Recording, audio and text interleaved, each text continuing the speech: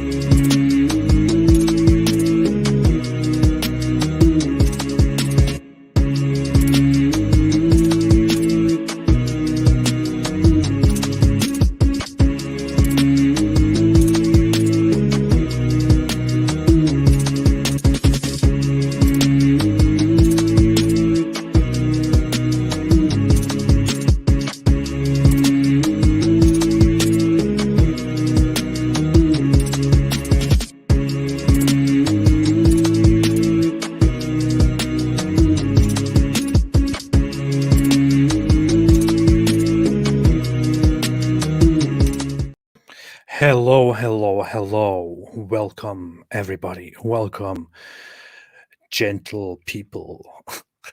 How is everybody doing? I am this person that some people call apostate prophet for some strange reason. And I am here today to talk to myself and to other people who want to talk to me for some reason. Today, I wanted to schedule this call-in stream for a different time that I usually do. Normally, I've done this in the afternoons, according to my time. Now I'm doing it in the evening, which is a little bit tricky because in other parts of the world, people might not be awake, so there might be fewer people around and so on. But I just wanted to try something different. It's not like I have a commitment here. It's not like this is CNN. Things would go bad if that was the case anyway. But yes, thank you, everybody. Music name. The music is mine. The music is mine. I made it. I created it. I found some copyright-free, royalty-free humming tune for Islamically made for Islamic purposes, and I thought, wait a minute. So I sat down and started playing with it and added a beat to it, and I thought, this is amazing. So I created that, and I am proud of that. I should have a proud of that button here that I can push whenever I say proud of that during a live stream, so that we can hear Alidawa say, and we're proud of that, whenever he is needed. Yes. How's everybody doing? Let me see the live chat here. St. Miles said, hey, AP. Allah 2K4R said, boy, it's 4 a.m. in Israel. Shush, don't say that you're in Israel. This will just reveal our secret things that are going on in the background. St. Miles laughed, and Nate Park said, best song ever. Way to go, AP. I know, right? It's amazing. I never thought I would just create such a banger. It's amazing now. I used FL Studio for that. Yeah. And I don't even have much experience. It's kind of fun. Sarah Rainey said, I'm almost done reading Surah Al-Baqarah from the Critical Koran. I knew the chapters aren't in chronological order, but I had no idea that chapter is all over the place within itself. It is. Critical Koran, is that what Robert Spencer just published? I believe it is, right? I wonder how it is. I don't think I will be able to read it quite soon, though. Joan Romano said, DJ Riven in the house. All right, so what I want to do now is to share the link for everybody to join this stream so that we can have some people join here and we can have conversations together. Shalom. Shalom. Somebody said shalom. I just want to say shalom. Don't make me laugh now. Your voice is buffering. My voice is buffering. What are you talking about? What? My voice is buffer. It's you. You are buffering. It's probably your internet. It's probably your thing. I don't think anything is wrong with me. I don't think anything. Yeah. Okay. Good morning, AP. Yes. Was. It was. Okay. Funny. With my German background, I immediately read this as was, which is what in German, but what you meant is was buffering. John Michelle B said, "No, your voice is very sync." I know it's better than NSYNC. Who knows NSYNC? Anyway, let me share the link here. Seriously, do people know NSYNC? Do people remember that? Is that, or am I just too old now, or something? I don't know.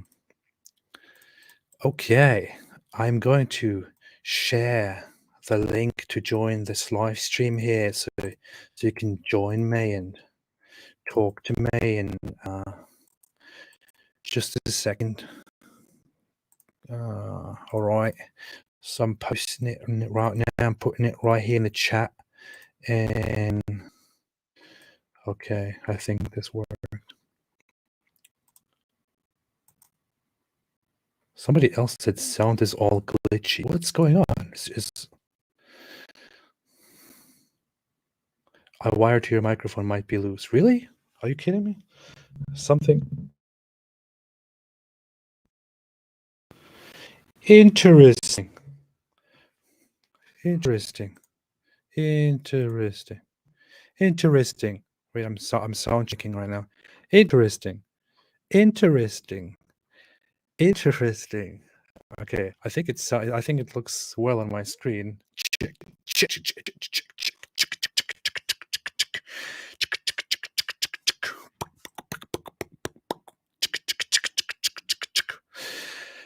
What am I doing?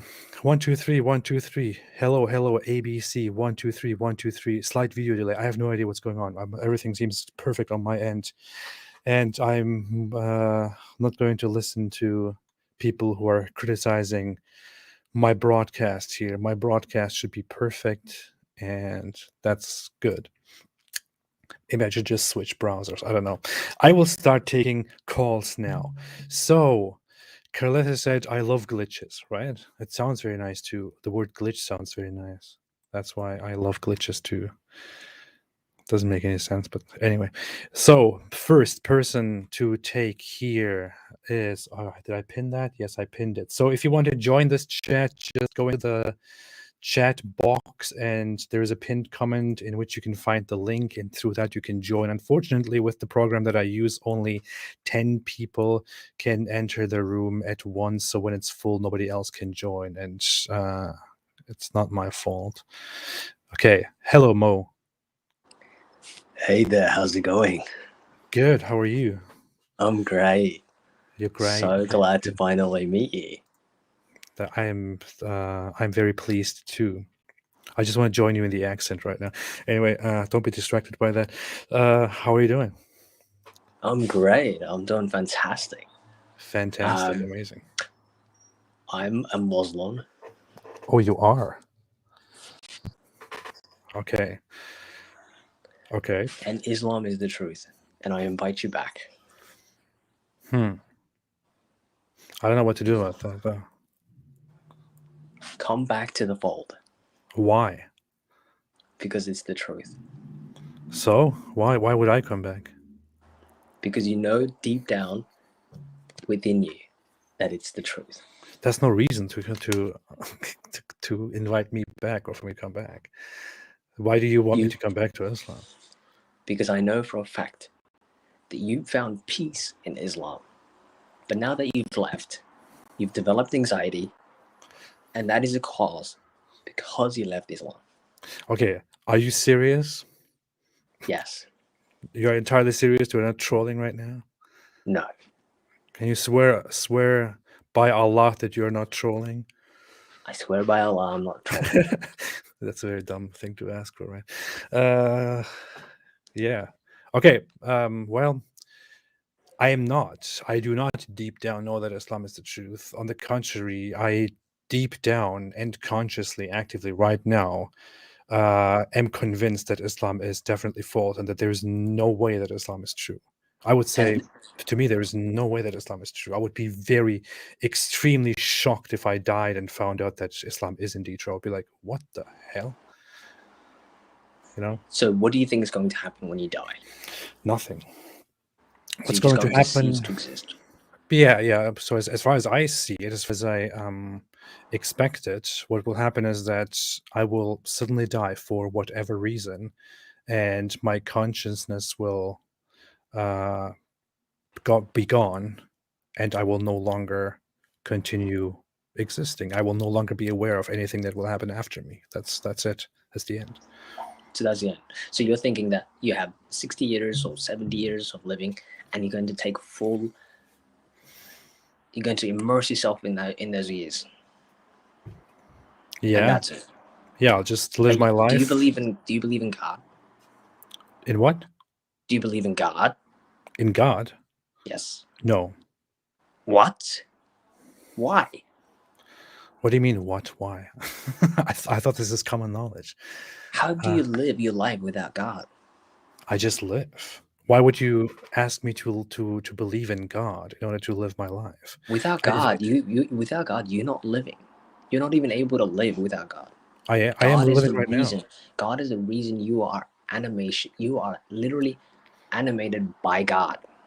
Well, that is your belief. That is what That's you not believe. a belief. That's a fact. I know it's a fact to you because that's what you believe in. If you to me, as I view it, that is not a reality. That is simply what some people you in believe, but control what I of do your not organs? believe to be true. What I see is that I exist. I live a life. I am conscious. I have certain needs and desires and all that, and I live my life just like all the other average humans or animals, and then I die. That's it. So basically, you're living your life as an animal. Yeah, pretty much. Because when you don't have faith in God, you're basically an animal. Well, I am an animal in a sense. So you happy about that? There's nothing to be happy about. It's not like being happy or sad about it will change anything about it. It's just a fact. I am confronted with certain facts, just as I don't know. Okay, the world if I comes gave into you- existence. The if I earth gave comes you- into existence. I can be happy or sad about it. That won't change anything about this. If I gave you concrete evidence for God, would you believe in God? Define concrete evidence. I mean, if by concrete evidence, if you mean evidence that would actually be accepted in front of a court or by scientific standards, I would probably consider it, but I don't think that you can actually present such a thing. Okay, this is a hypothetical.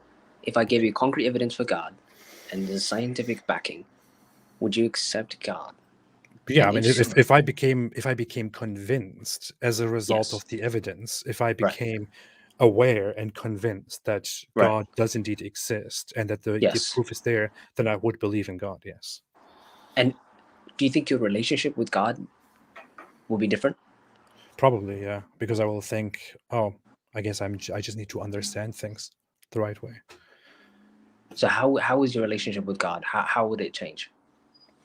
It depends. I'm not sure what I can say right now about it, but if I found out that God does indeed exist and that I was wrong about it, then I would probably try to figure out what this God demands from me, what he expects from me, and would then thereby accordingly shape my life. That would be, of course, a complete separate struggle, but yeah, it's hard to say. So basically what you're saying is nothing's changed. Even if I gave you evidence, nothing will change. That's the exact opposite of what I just said. No, you literally said your relationship with God will not change. What are you talking about? I just literally said that if you gave me evidence and I became convinced, then I would figure out what this God demands from me, what he accepts from me, and then I would change my life accordingly. I would not make no change at all. I would definitely do some change. Okay. Let's say you died and you got punished. How would you react to that? I would react by saying, "Hey, I don't understand why this is being done because I genuinely why it was being done. No. Okay, let me speak. I would probably say I have no idea why this is being done because I genuinely did not believe that this is real and that I'm supposed to be bound by such a such a law. I simply did not believe in God's existence, although I really tried to find the truth. So why am I being punished now for something that I was simply not capable of understanding? Do you love your father? Yeah. Do you love your biological father? Yeah. How is your relationship with your biological father? Right now it's pretty bad because of Islam. So your father hates you. He doesn't hate me, he just rejects me the way I am. Do you reject your father? No, Do you hate your father? no. So how do you feel about your father? And the reason why I'm saying this is because how you feel about your earthly father is how you feel about God. That is a bad comparison to make. No, it isn't. Because when we talk about my father, we are talking about a person, a figure that I, for a fact, know exists, that I know was there when I was born. I know that I am his offspring. I knew of his existence and everything that he did and said during my early life. So I can therefore have certain opinions with certain feelings about him. When it comes to God, we are not talking about an entity that I can actually verify, that I have seen, that I have properly interacted with, that gave me something. We are talking about a hypothetical entity that I do not even believe exists, let alone have an opinion or feelings If you about. have a healthy relationship with your earthly father, it means that you know God exists. You will instinctively know God exists That is because a you have very a healthy strange relationship. proposition to make. Well, go out there and have a healthy, thriving relationship with your earthly father, and I'll tell you right now, you'll find God. And what do you say to people who were actually abused by their fathers and who are not, for whom it is not possible to have a proper relationship with their father? That's perfectly fine. All you need to do Okay, is but what will forgive they them. do? All you need to do is forgive them because they can't help themselves. Who can help themselves? The one that abused you. The one that abused you. How Yes. about the one who cannot forgive? Can they help themselves? Are you referring to like a father that can't forgive? No, the child that cannot forgive. Well, suffer. What do you mean? You will have anxiety. You will have depression. Okay, but You can will they do have. anything for the fact that they cannot forgive? We all can forgive. People just choose not to, and if Okay, they but I'm choose asking not you. to, But the father cannot do anything for the fact that he abused you.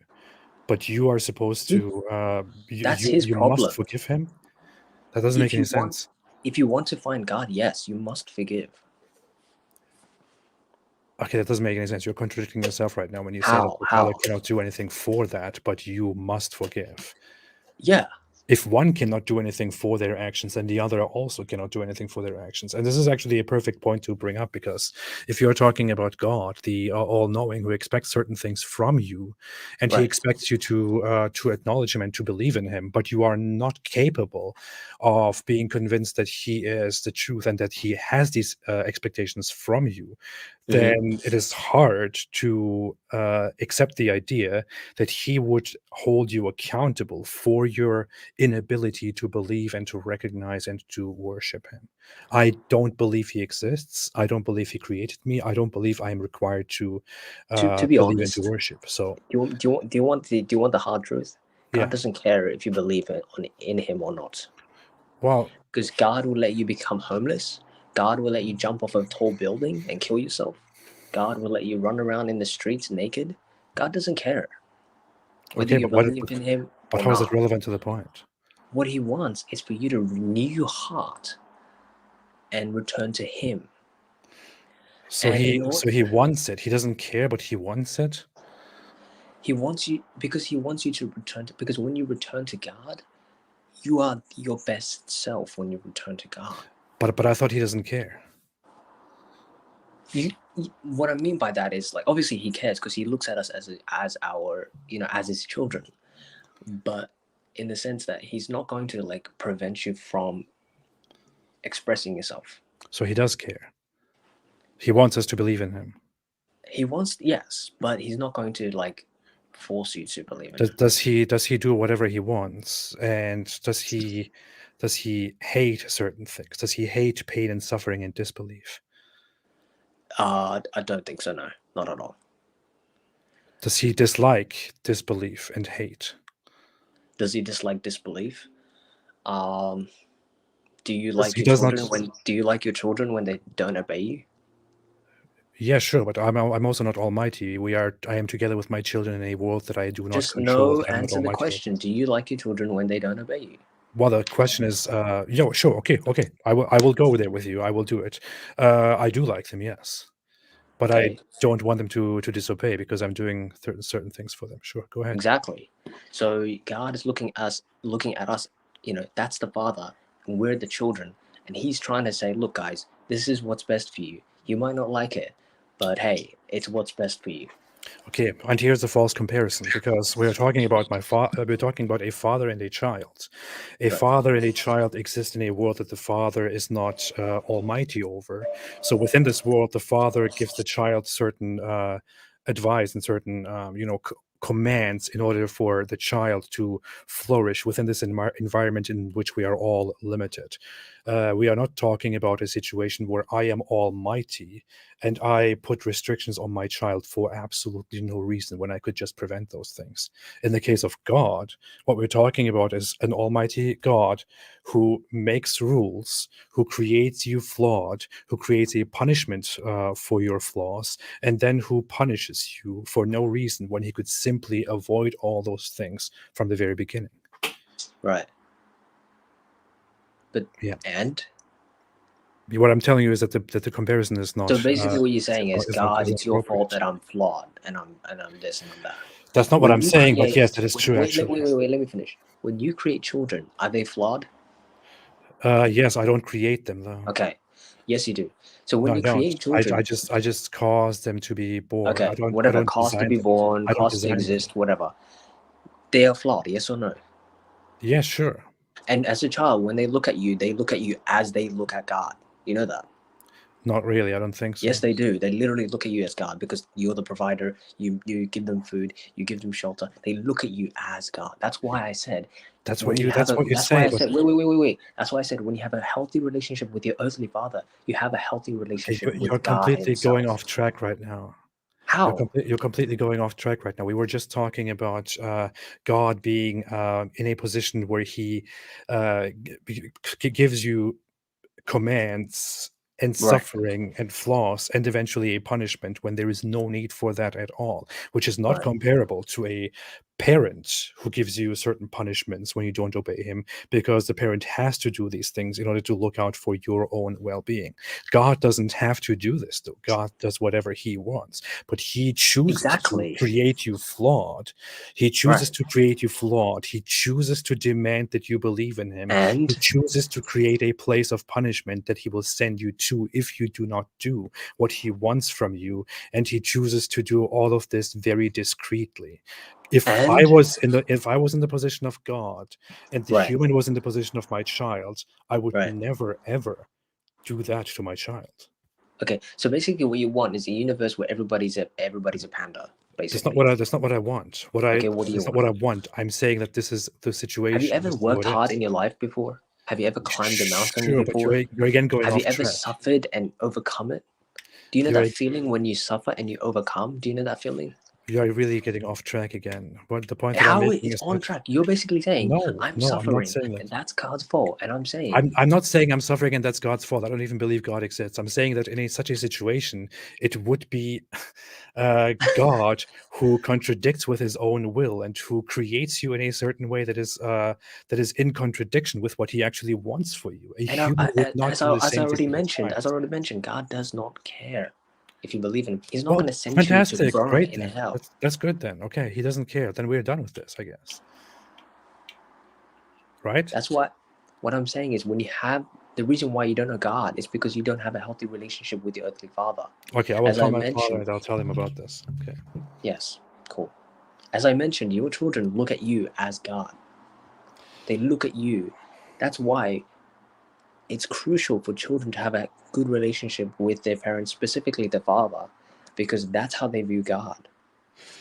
I don't think my ultimate reason to exist would depend on my relationship with my parents or a parent's relationship with their children. I think that would be a very strange position to hold, but you can feel free to believe that. I have to move on to the next caller. I spent a lot of time with you because I kind of enjoyed this, to be honest. Thank you. Thank you so much. All right.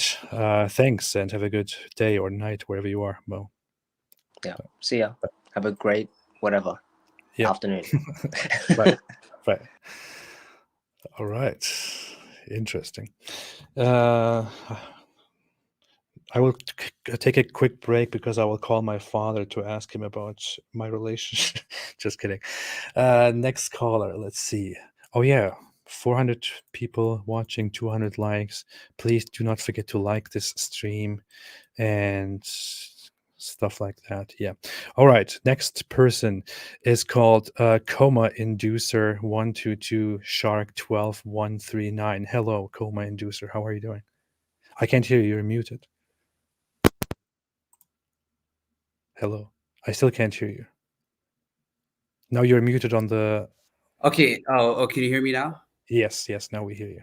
How's everything? Good. How are you? Good. Well, I'm actually, I feel like we share similarities when it comes to our ethnic background because I'm Sephardic. I'm a Sephardic Jew. I'm actually Bukharian. I'm Bukharian. You know, it's a small community within the Bukharian, within the Jewish community, Bukharian Jews. So Really? I didn't even from know about that. yeah, it's from Uzbekistan, Samarkand. It's a small city in Uzbek, but that's besides the point. Wait. Uh, How does that happen? Sephardic Jews? no, so far it's an ethnicity. So it goes all the way back from the Spanish Inquisition when they got expelled from, forced conversion from the what's it called Yeah. Catholics. So they had to expel, Israel and all the other countries, all the Arab countries, and yeah. So that's my ethnic background. But Okay. I see. And then they travel all the way over there. And okay, yeah, I get it. yeah. All right.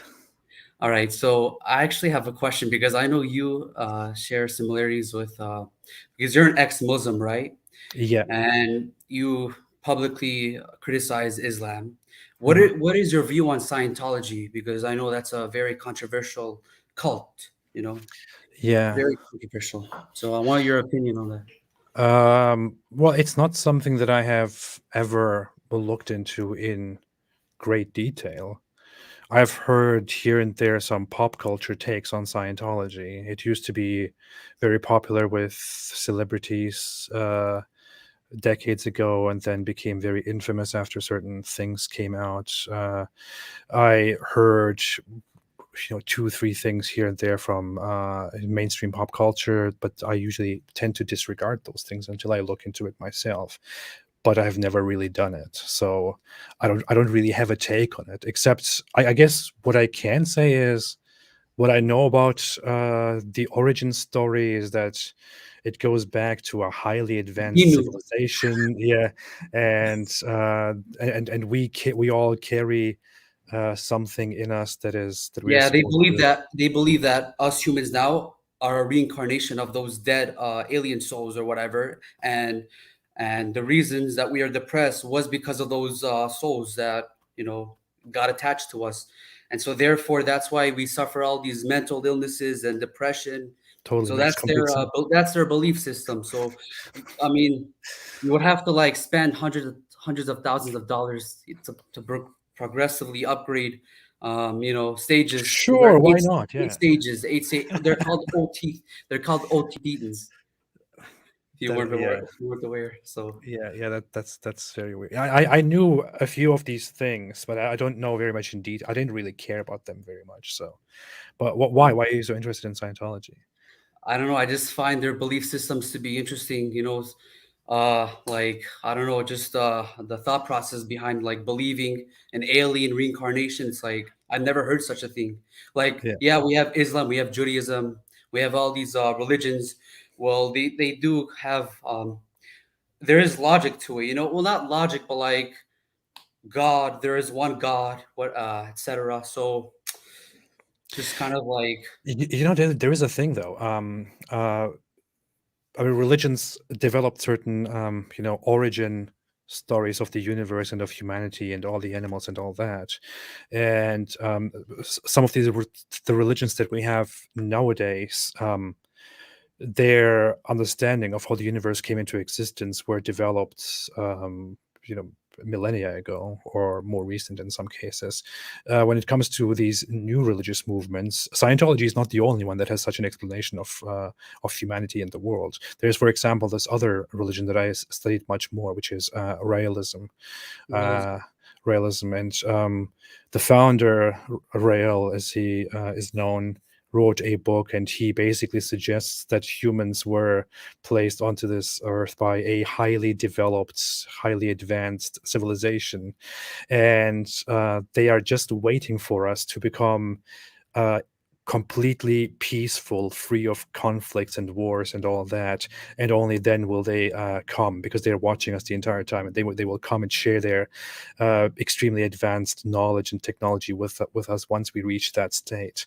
And I guess this is stuff that you can think about nowadays. It might make sense that there was a major civilization that came down and actually did such things in the past. But again, these are all just baseless claims. It's very similar to the L. Ron Hubbard story, because L. Ron Hubbard was a notorious science fiction writer, and he was actually quoted for saying, "If you want to become rich, just start a religion." So that's where he created Scientology for that reason. But there are a lot of desperate people willing to believe in pretty much anything. And I want to do that too. I have been thinking of starting a new religion since I have an audience here. I thought all religions just boil down to the same thing, right? They all write books, and then they try to make it seem as though they spoke to the God and that they're the messenger. Muhammad, Moses. I'm Jewish. Sometimes, some days I do keep holidays, right, and traditions. The Sabbath. I'm not so conservative, in the traditions, but I try to be, just because, with all due respect, my families keep those traditions, so I just try to be as respectful as possible. But do you believe in the true? Do you believe that the covenant is true? I mean, so that God has expectations from you and all that. Here's the thing, though, because I think that I believe that there is a creator. I wouldn't necessarily say that I have enough proof to say that there is a creator, but I would like to believe that, because for me, it's just a way of, not a way of life, but like just a way of, practicing ethnical rules, and just to be the best person of myself. Mm-hmm. If that makes sense. So I understand that. I understand that, and I appreciate that. I want to point out one thing, though. Sarah Rainey said when you said L. Ron Hubbard earlier, you forgot to say "peace be upon him." So peace be upon. Yep. I was actually reading the Koran before I even found out about your channel, because I was actually in Dubai, and they have all these Korans in every single hotel room, including my room. So I picked up a Quran book, and I was reading through it, and I saw like Jews are transgressors, Christians are this, like talking crap about the Jews. And I was like, whoa, I was honestly not even expecting that, because I've stumbled across a lot of videos, Islamic videos, saying that, oh, we are tolerant of the Jews and the Christians. And when I read this, I was like, wow, like I wasn't expecting to read that. You know what I mean? Like, you're the third Jew that I heard of who went to Dubai and picked up a Quran there. Really? What's that about? That's funny. I don't understand. Maybe it's just a big coincidence, but that's very funny in my head right now. But yeah. I mean, it's not a secret. People know, if you track the history of Islam's relationship with Judaism and with Jews. It started very early. It started with Muhammad himself. He had this picture of Jews that you cannot trust them, and he did his best to pick them out and expel them and fight them and kill them and all that, and eventually to command that they should be expelled from Arabia. And Jews were known in the early Islamic history and throughout Islamic history as those people whom you cannot trust, and those people who are weak. They are not a threat, but you have to keep them under control, and you cannot trust them. And so that was the perspective. Even you can even find this in I believe, I don't want to misrepresent her, but even Karen Armstrong in her books or something, I think she even points that out, that was a very historical Islamic view on Jews. This is no secret. The Quran itself says that the Jews will be the the worst, the most distant toward the Muslims, and all that. So Islam has a terrible treatment of Jewish people. Yeah. So I have a question. Is the hatred of Zionism, the ideology of Zionism, based on the hatred of Jews or the hatred of the concept of Jews owning their own state? Like, what do you think the motivation is behind the hatred of Israel? Do you I think think it's it is. I think it would be unfair to reduce it to one specific thing. It would be, of course, easy for me to say it's because it's Jews, but I think that would be unfair to the reality of things. I think Muslims have a big problem with the idea that Jews actually hold land within what they consider the Muslim world. That shouldn't be happening. They have something against Jews altogether and don't want to give them power. But also Jews retaking a land that was conquered by the Muslims and building their own home there in that position, and then not allowing the Muslim population to be the supreme ones who are in power and who tell the Jews whatever they want to tell them. That is just something that they cannot bear. So I would say it's a mixture of all of these things. And honestly, most Muslims don't really care about Palestinian people and Palestinian individuals. You see this over and over again. They it's don't give just like a the crap. BLM Yeah. movement, you know? They just I wouldn't want to comment on that, but so well, they don't care about Palestinian people and their lives. They don't want to take Palestinian people in. They don't give a crap. What they care about is the political conflict and how that and the implications of that. But yeah, all right. So it was nice. I need to move on, but thank you so All right. much. Have a good day. You too. Thank you. Hope to talk again. Bye. All right. Next caller is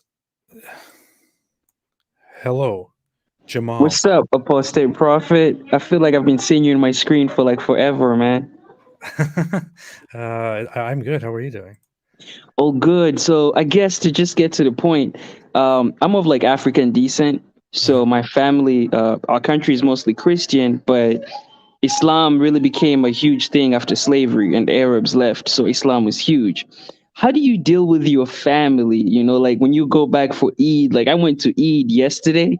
I was praying and they were saying, making du'as about these non-believers. And I'm in the Salah as a non-believer still, but I'm like, yo, I can't tell them who I really am. How do you do that?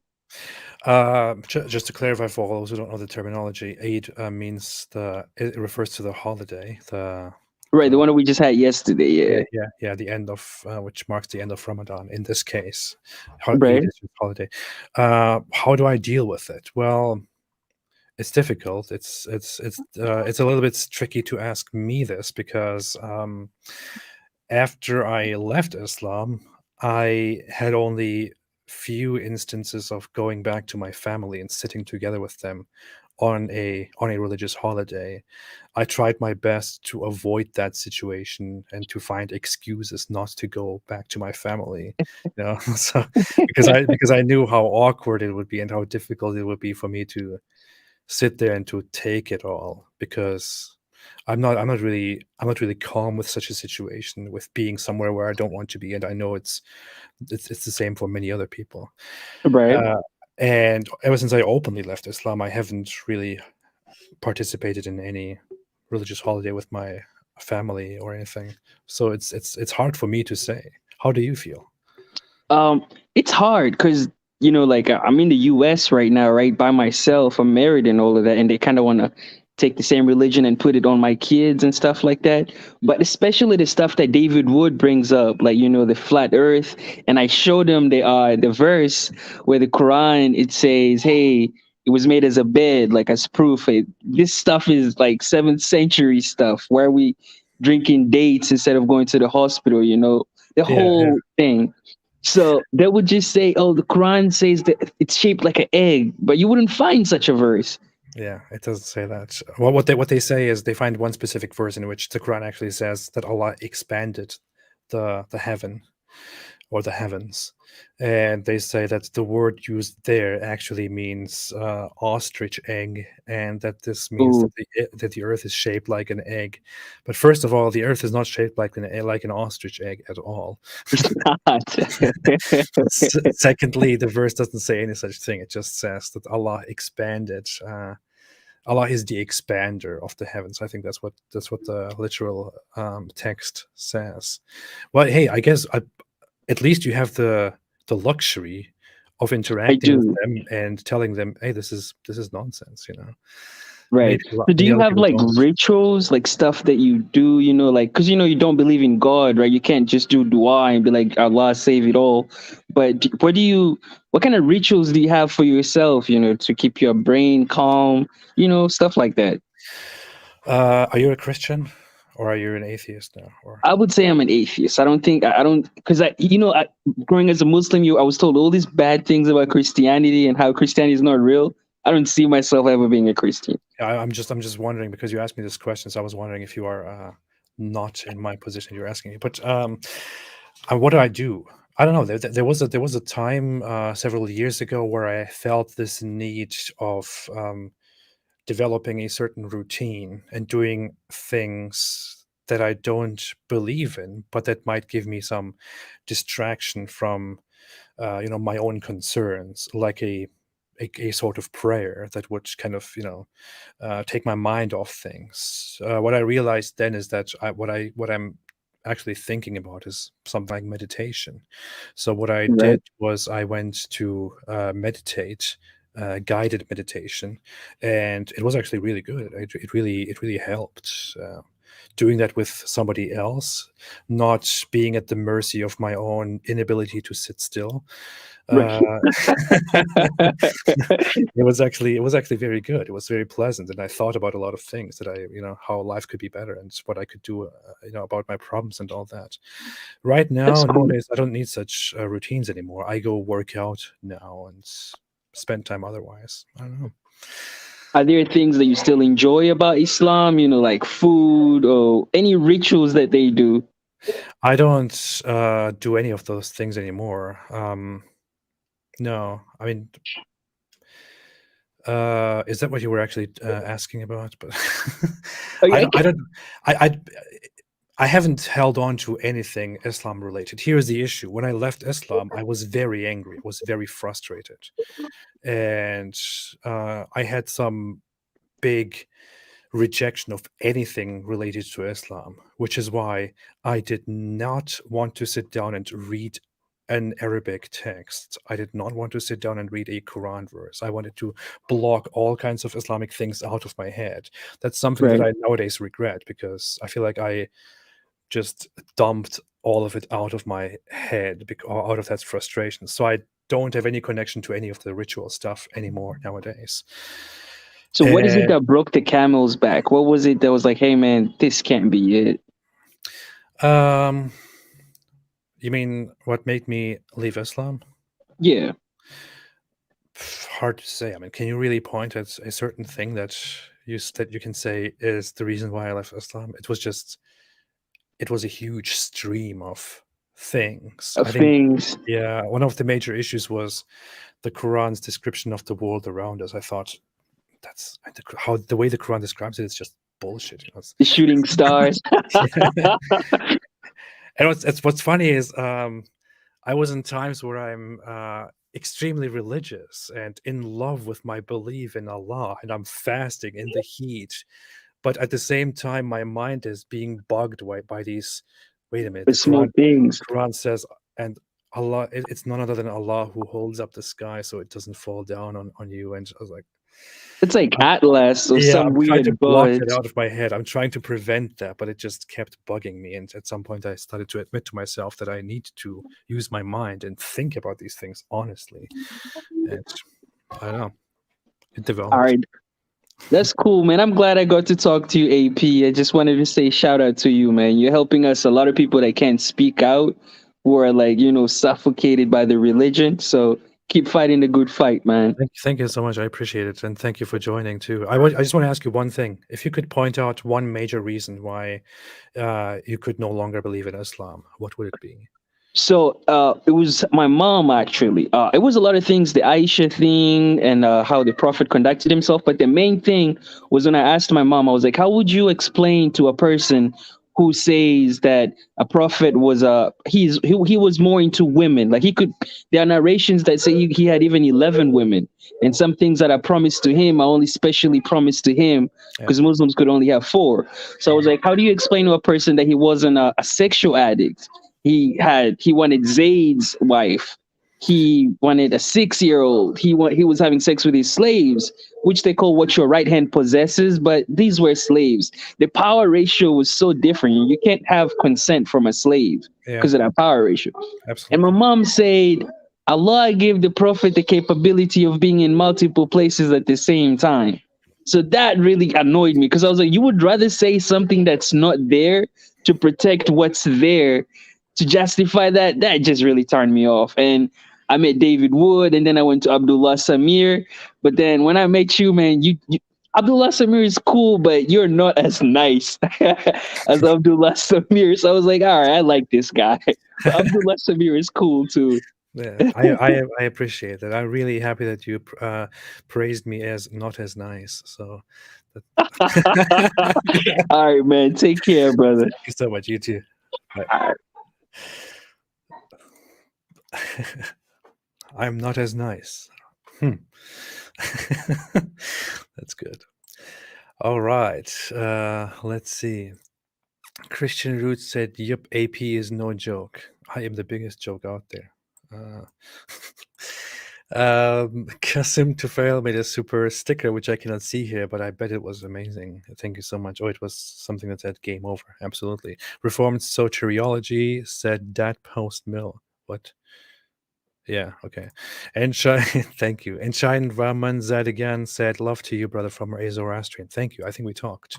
And I will take the next caller now.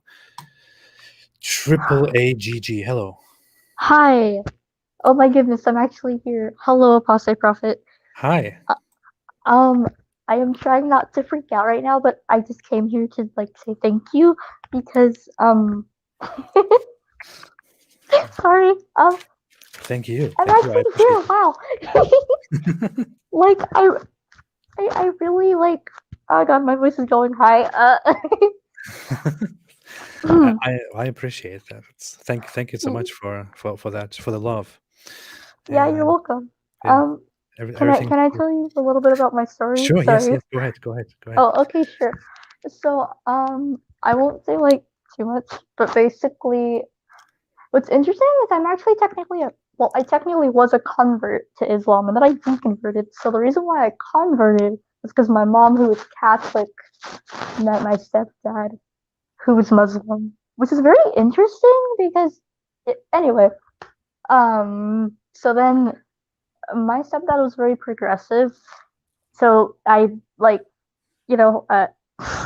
sorry, I had a lot of a progressive background, and basically I started doubting, funnily enough, when I started reading the Quran for myself, because it's supposed to be a divine book that's perfect and amazing, and you're supposed to not be able to put it down with how divinely amazing it is, and I was falling asleep trying to read it, so I was like, oh, that's weird.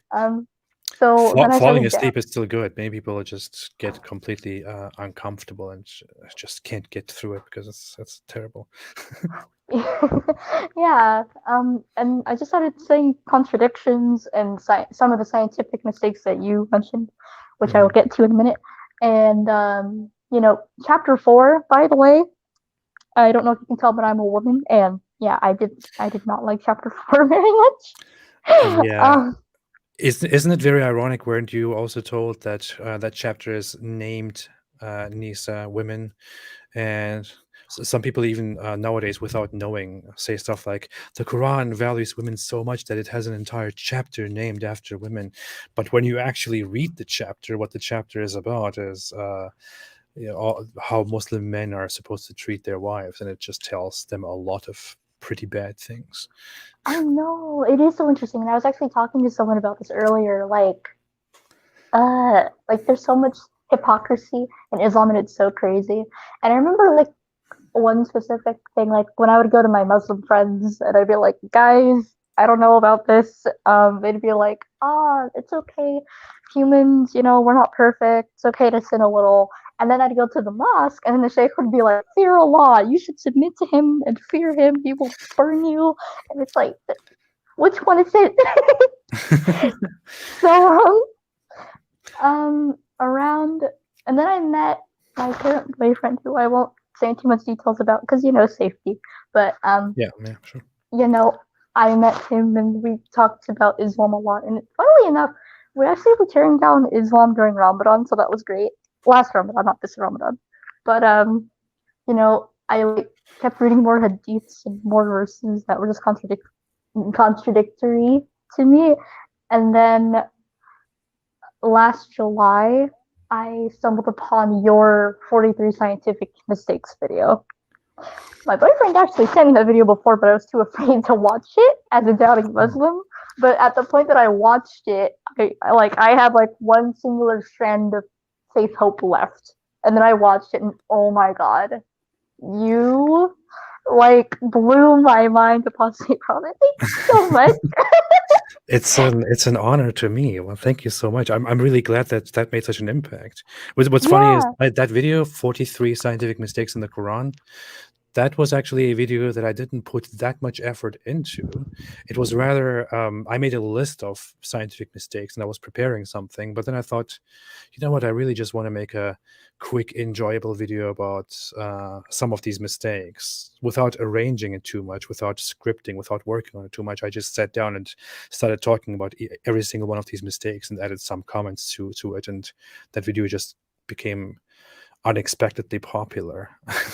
I still think my major scientific mistakes of the Quran video, where I list 60 of them, is much better, but it's also much longer and more detailed.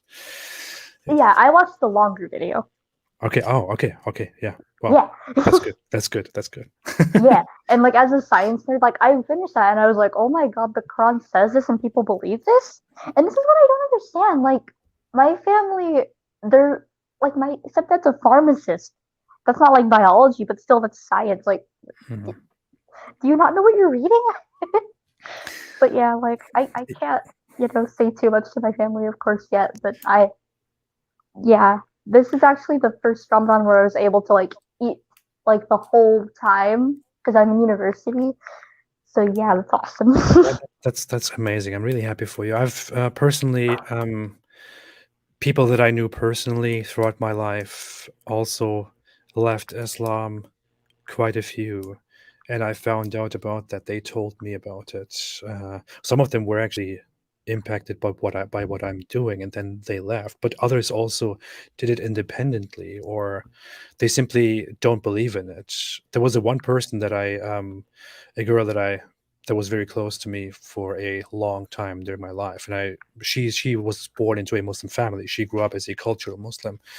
When she asked me why I don't believe, I just opened the Quran and let her read the Quran at the very beginning, and she was like, and she is a big science geek. She studies medicine, and she started reading it, and she was like, this is very weird. I never read this before, and I didn't think this book was so strange in the claims that it makes and the language that it uses. So it's really fascinating to see how people who actually care about science and who learn about science react to the Quran after they begin to read it for the first time.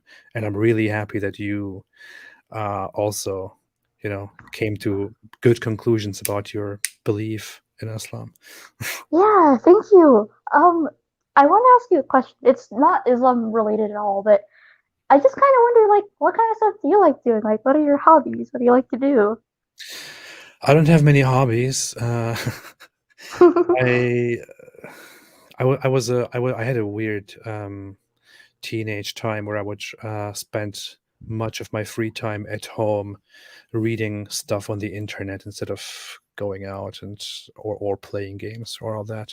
Today I'm kind of still a little bit like that, but yeah, I think my hobbies are very much related to again, information related stuff, which sounds extremely boring, I know.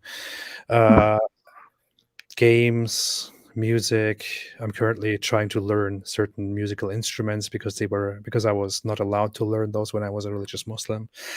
Yeah, I feel that. Yeah. Yeah, I don't know, going to the gym, just regular stuff, you know. I don't have much time to myself nowadays anymore anyway. So what do you Oh, I do? see.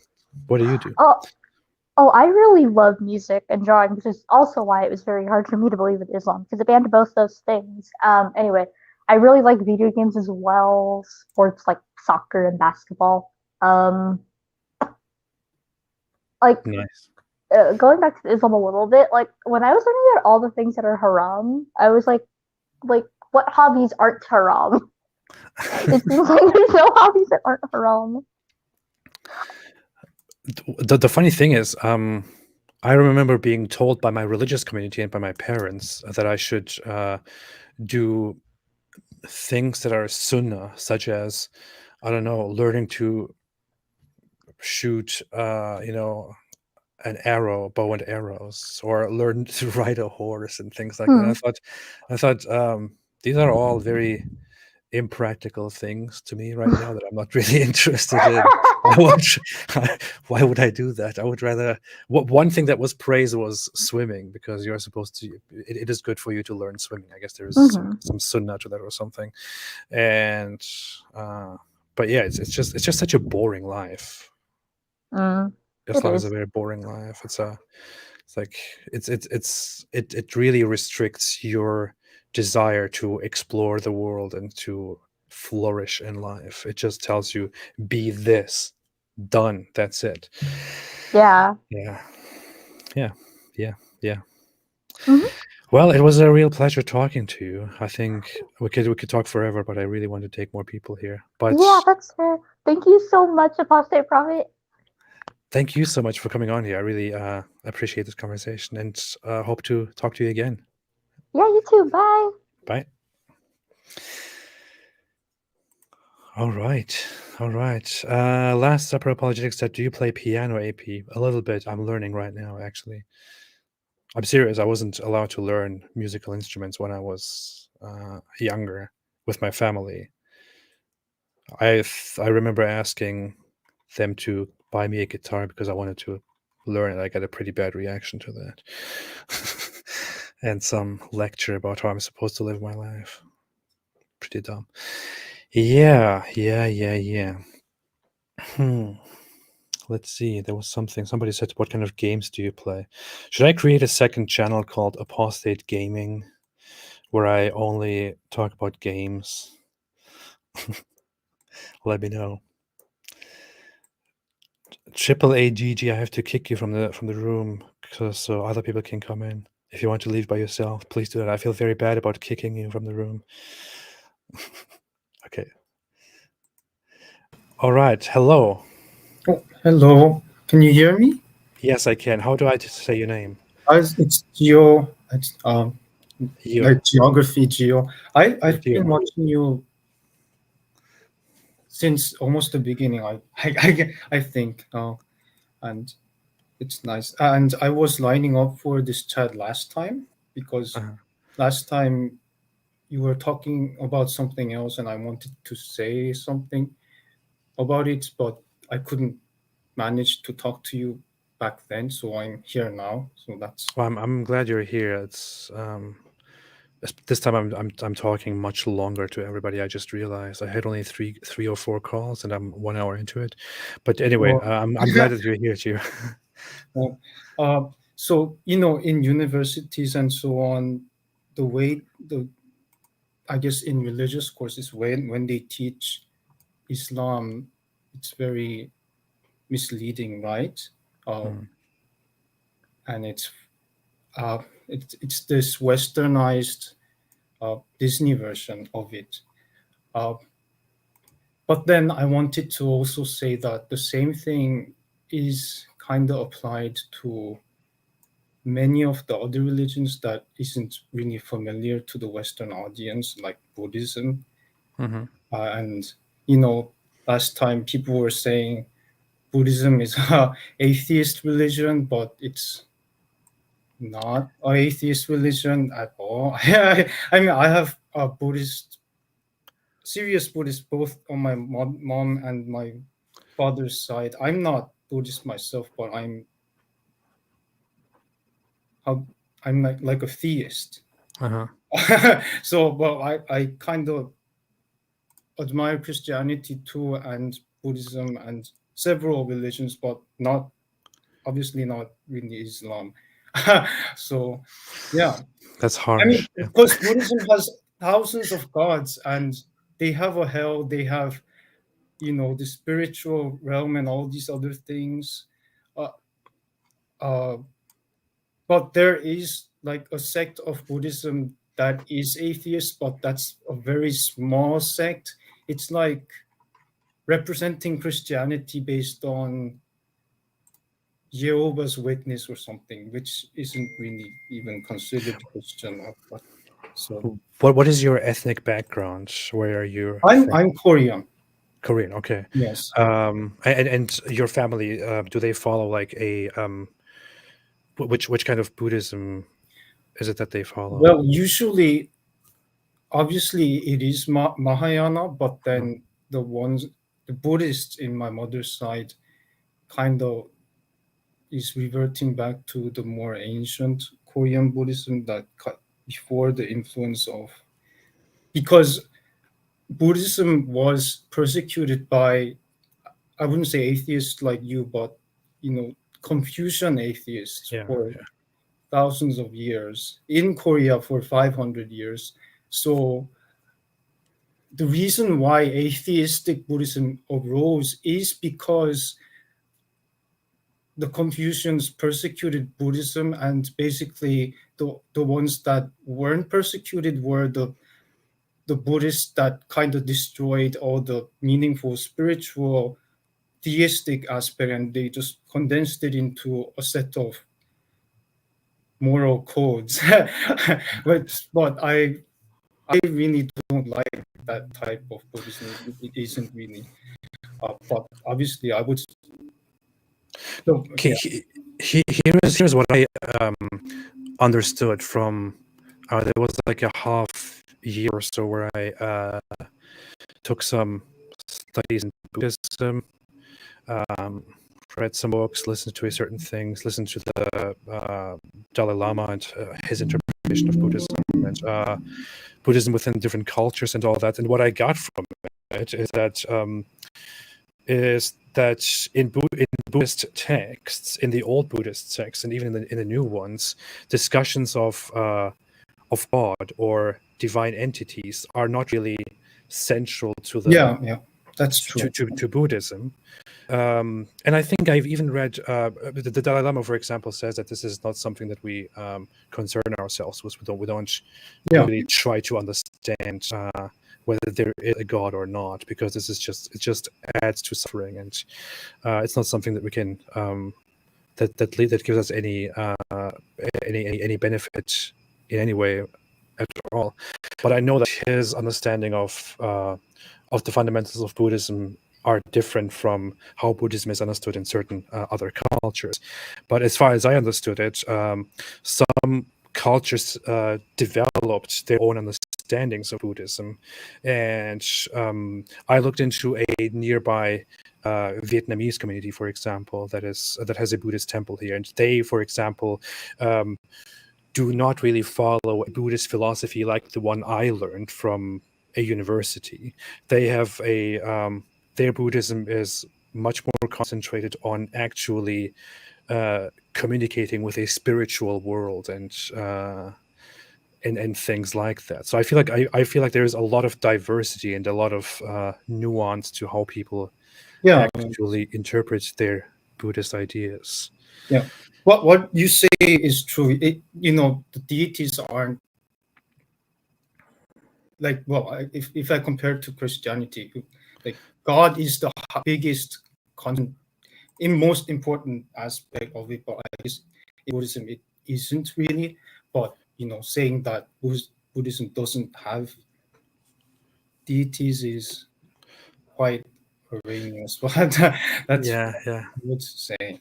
That's the thing. I think even I said before in the past, I used a phrase that people use often when they talk about Buddhism from a Western perspective. They say Buddhism is an atheist religion or Buddhism is a non-theist religion, and I myself might have said that, but I understand your objection here that that's not really entirely accurate, because what we're talking about is that certain aspects, certain teachings within Buddhism don't focus on or don't concentrate on God, and it's not really relevant to some Buddhist understandings whether there is a God or not. But that does not mean that Buddhism as a whole rejects the idea of a God, right? That's what I understand. Yeah, because Buddhism kind of harmonizes with whatever polytheistic religion that there is in the area. So, in Japan, it kind of harmonizes with Shintoism too, because it's not really against multiple gods. But if you go against monotheism, there's a bit of conflict in the worldview. But it was very nice to talk to you, because I've been, it's weird that usually I'm outside the usual demography of the audience here, but still. But it's really I'm very happy that you joined. I think this conversation was really interesting. It was a pleasure to me. So thank you so much for coming and talking about these things. It was a pleasure to talk to you too. Have a very nice. Very nice to meet you too. Yeah, you too. Right. Nice. Wow, didn't expect this. All right. Yeah, man, I'm really tired today. I'm surprised that I'm still awake. In the nick of time, made a super chat and said, I donated money to a church by cooking for the homeless using my zakat. I was reprimanded for not donating to Islamic charities. Makes me sad that many Islamic charities are scams and my donations actually fed hungry people. Yeah, you have to abide by the Islamic laws of zakat. You have to donate to the Muslim organizations or authorities that will distribute your zakat to those Muslims in need, or you can directly give it to them in a Muslim environment. You can't just help people. You have to help people the Islamic way. Osman Ayube said, Shaky Booty must live stream Grand Theft Auto. That's weird. I haven't thought about that. It would be nice to have a live stream where Shaky Booty plays GTA. That's so dumb. All right. Hello, Mr. Delishu. How you doing, man? Good. I appreciate. I'm doing great. I appreciate the hospitality.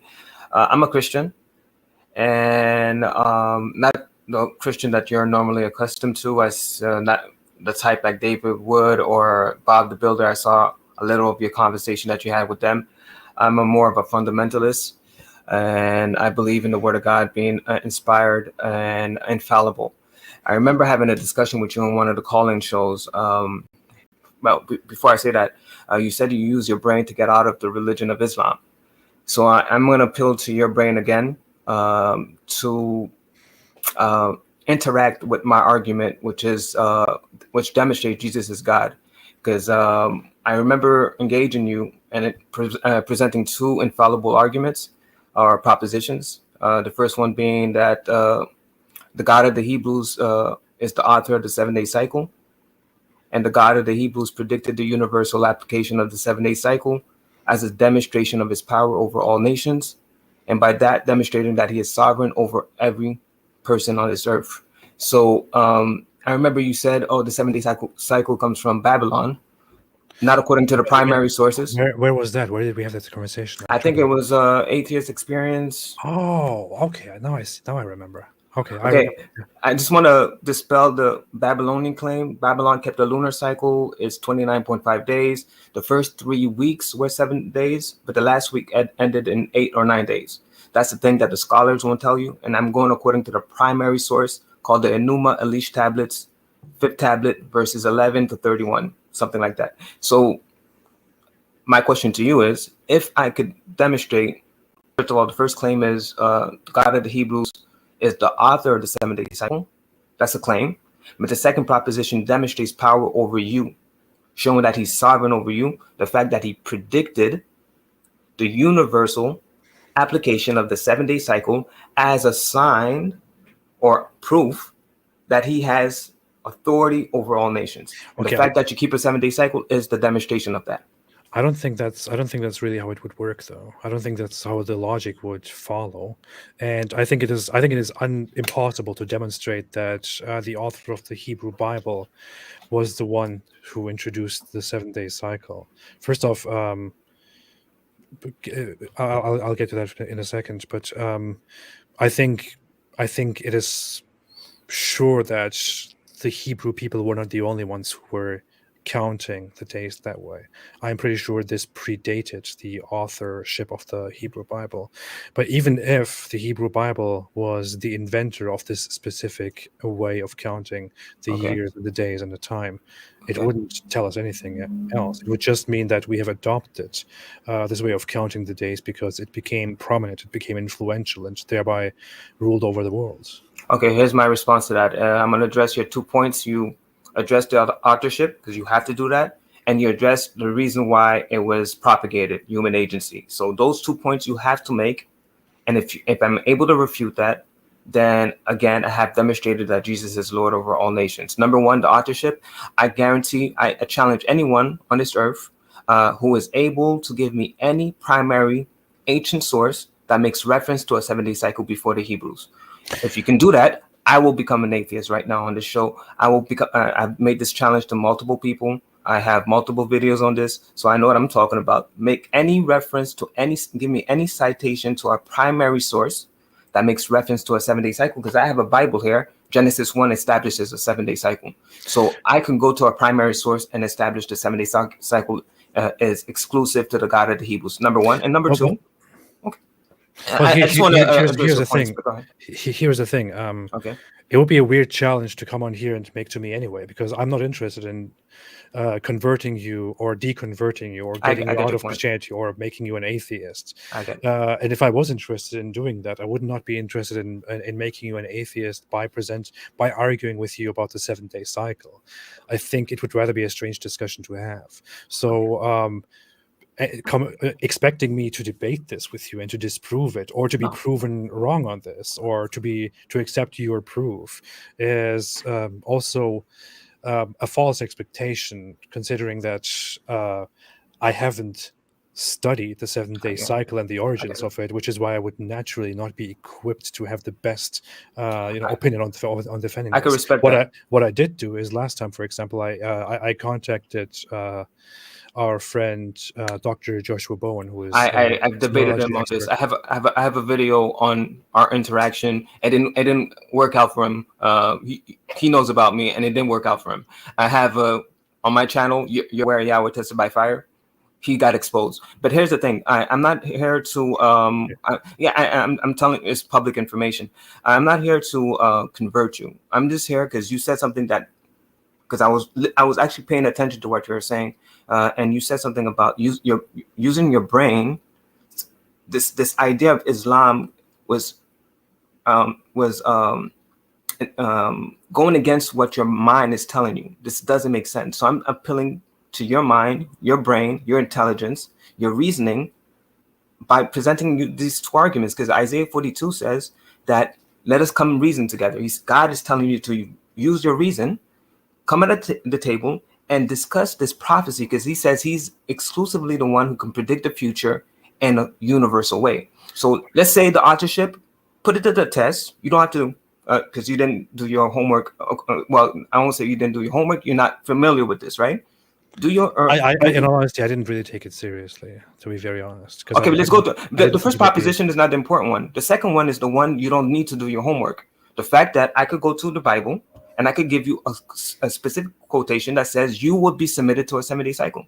So the second proposition doesn't really mean anything. That doesn't mean anything. What do you mean?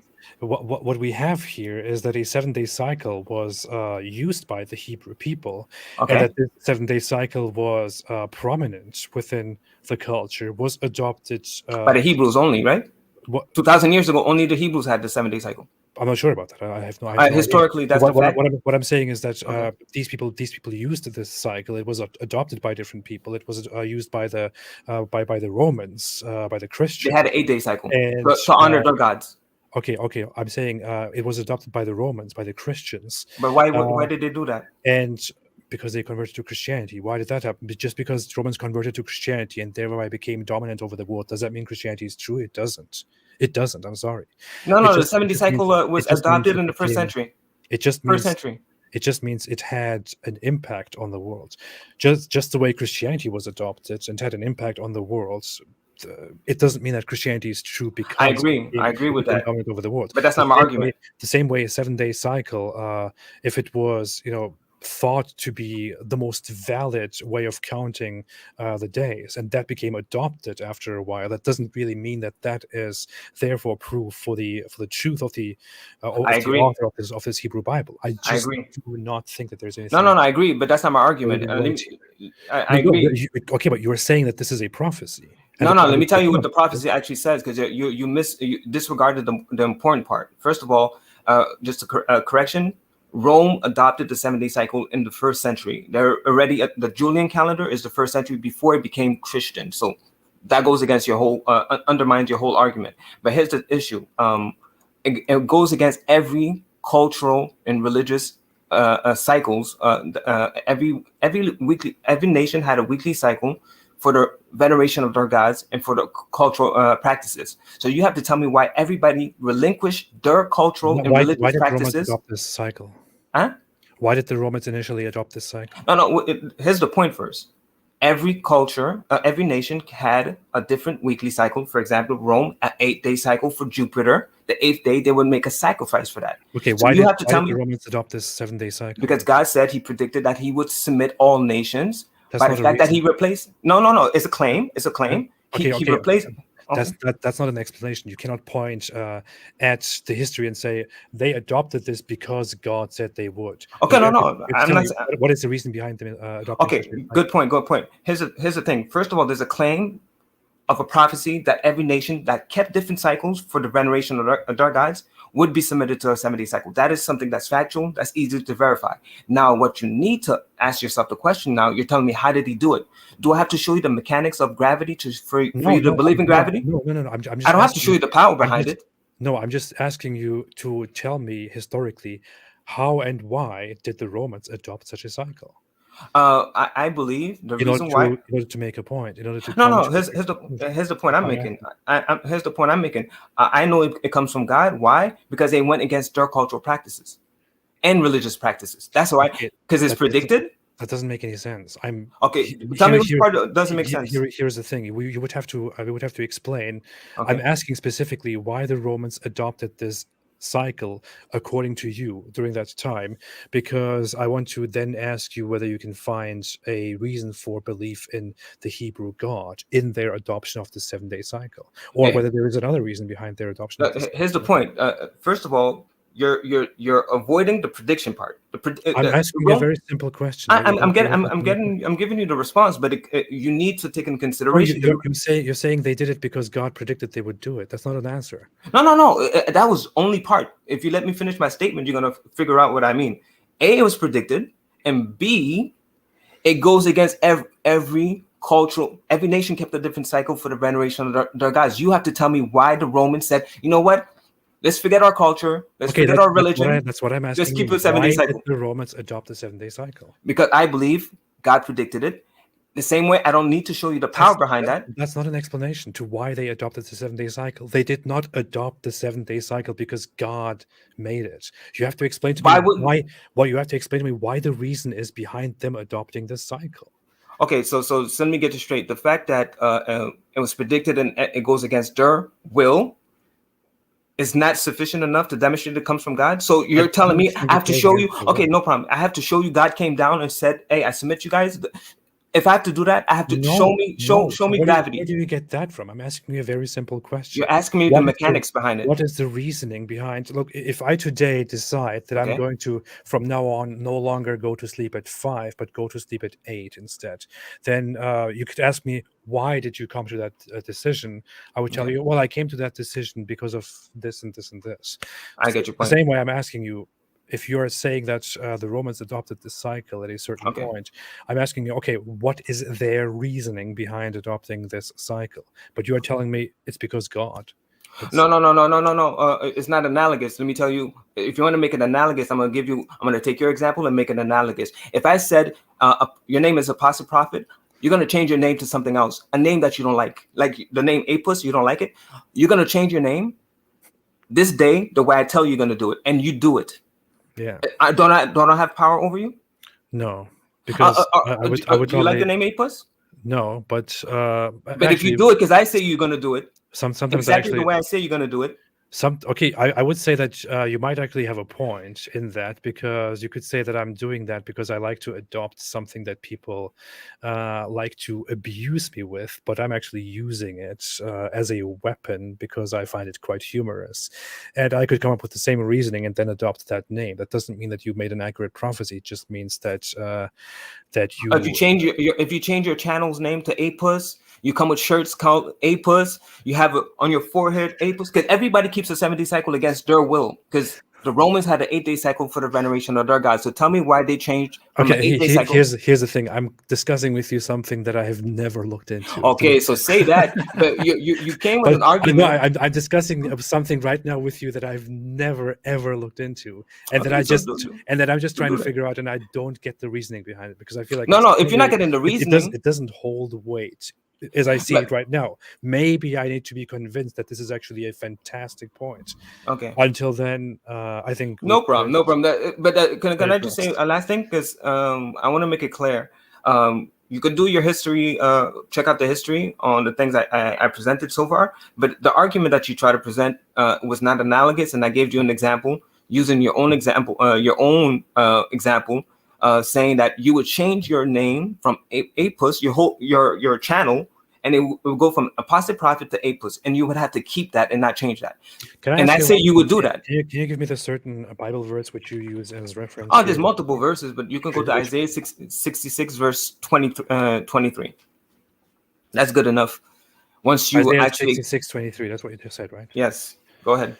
And it shall be from new moon to new moon, and from Sabbath to Sabbath, all mankind will come to bow down before me, says the Lord. Does it say that that this is what they will bow down to, that this is what they will be subjected to? Sabbath to Sabbath is 7 days.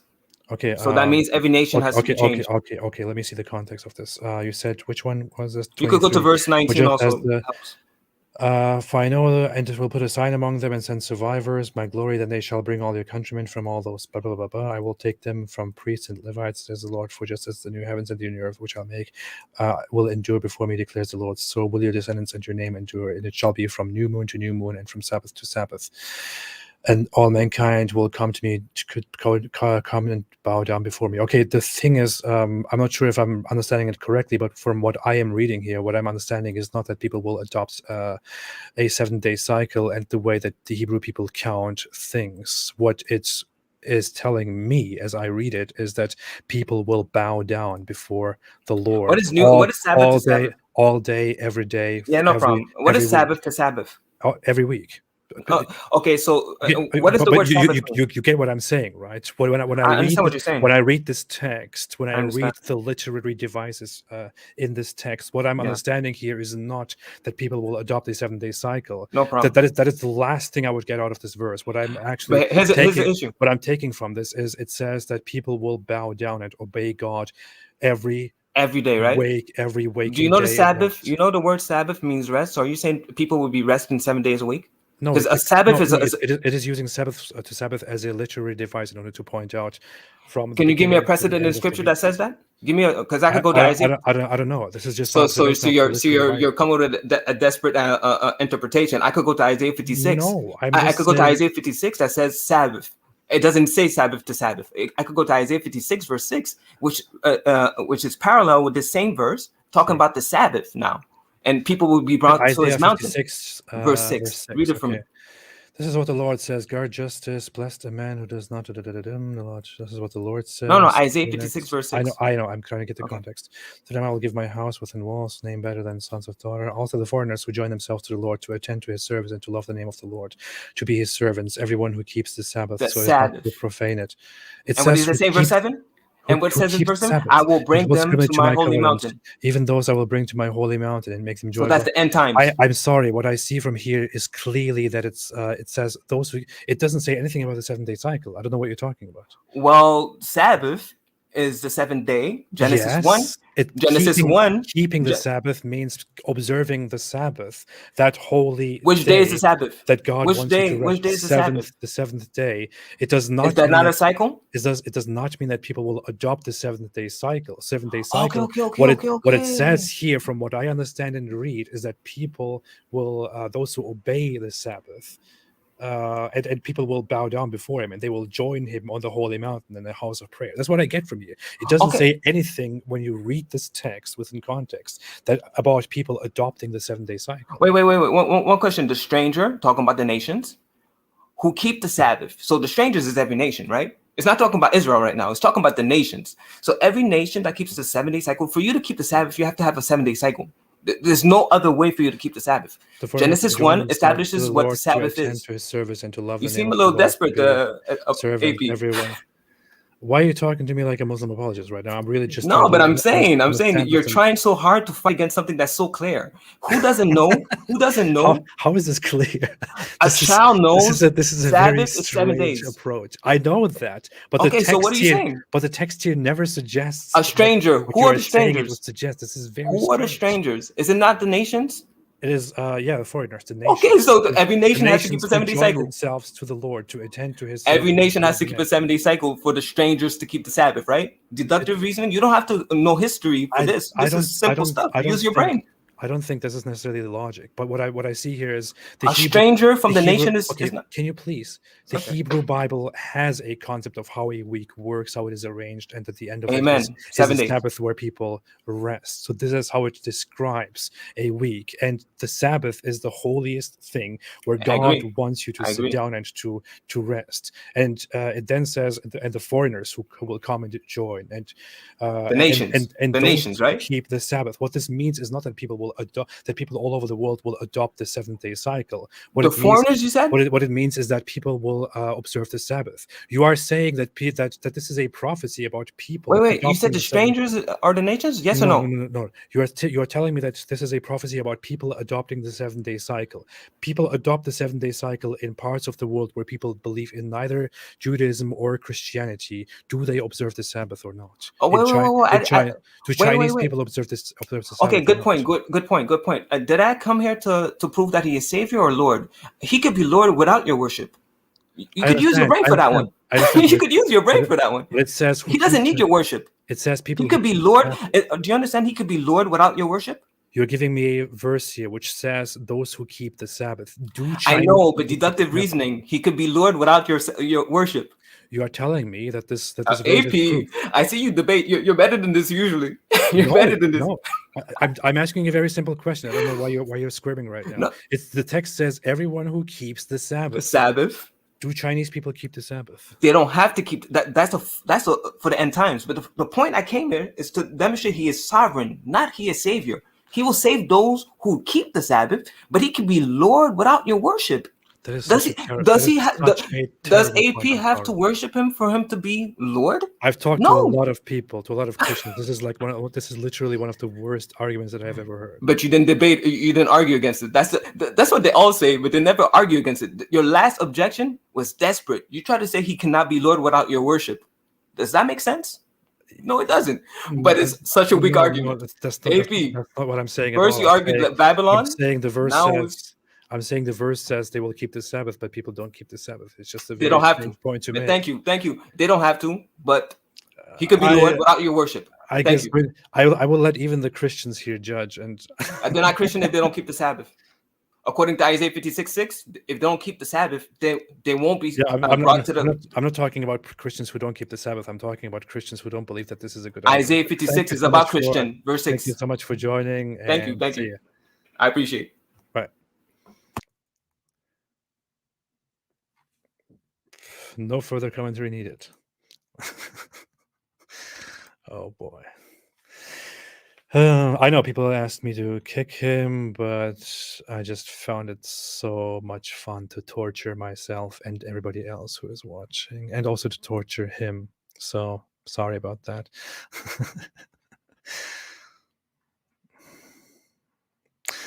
If you want to look, I'm not the most knowledgeable, the smartest, the most experienced person out there in the world. I have no authority, no place to speak for all humans, for all people out there, right? But what I'm saying as a common, regular human is, if you want to go out there and convince people that your beliefs are true, then it would be in your best interest to approach them with arguments which are comprehensible, verifiable, and which actually have the potential of convincing the average population. This is certainly not one of those things. I think this is rather pretty bad. Pretty bad. And I know when I say this, people like him will say, you're just saying that because you know that you're wrong. But I hear the same stuff from Nader Ahmed, which means a lot. Oh my God. Okay. I'll be here for a little bit more. So, KG, hello. What's up? Hi, how are you? Good. How are you? I'm great. I'm busy currently, so I'm just gonna, and I don't want to take the time of other people. I'm just gonna be quick. The previous guy's line of thinking is like typical for someone who's in a cult, and there are actually, if you probe like any cultish belief system, if you probe what he's saying, there are a lot of factual mistakes. For example, this 7-day calendar was adopted by Constantine in 321. Yeah, I just Googled it while he was talking. I just Googled that as well, but I didn't want to say I just Googled it, because if I said that, he would probably be like, "Oh, you Googled it," but I looked into this before. I'm pretty sure that he was giving me wrong information when he told me, the history of the adoption of this cycle. Yeah. But I just didn't want to say it. So I just like have a couple of points and like requests. I don't know if you do you know Majid Nawaz? Yeah. Would you consider like I'd like to see like the different YouTube or influencer people like discuss or like share ideas. I think that would be very, very enlightening or beneficial. Have you ever considered speaking with one of the Arabic-speaking ex-Christians, Muslims, and etc.? I have. I'm not great at organizing things and reaching out to people and getting them on this platform. I'm rather lousy with organizing stuff like that, very honestly. But I know of him. I tried to contact him before in the past to come together and to talk about his experience, to talk about why he thinks the way he thinks about Islam. It didn't work out, but I am trying to talk to different people. I will probably soon have some live streams or offline discussions that I can publish later with people who are more familiar with the Arabic language and Arabic culture. It's definitely something that needs to happen more and that I need to do more often. Yeah, I think that would be very interesting. There is because that like would provide insight and that would cut the road on people who say, you can like understanding the text in Arabic and whatever. Have you considered looking into there was a book previously about the Syriac origins of the Quran. I think that would, enlighten people more to the, historic development of how the Quran developed. I'm not sure how scientific or how rigorously scientific It is, but Which book are you talking about? I think it was published by a guy called Christoph de Luxembourg or something like that. It's a pseudonym. It's in German, actually. I think it was published first in German and then translated. And it talks about these the things that don't make sense. Actually, the Quran is not an Arabic word, but it actually makes sense in Syriac. That's what they say in the book. Like the Qur'ana is the book of prayers in Syriac, apparently. Again, one has to verify this with some other expert because it's not my field. Okay, But Christoph Luxembourg. yeah, something like I've that. heard of the theory Syriac before. origins or Syriac words in the Quran.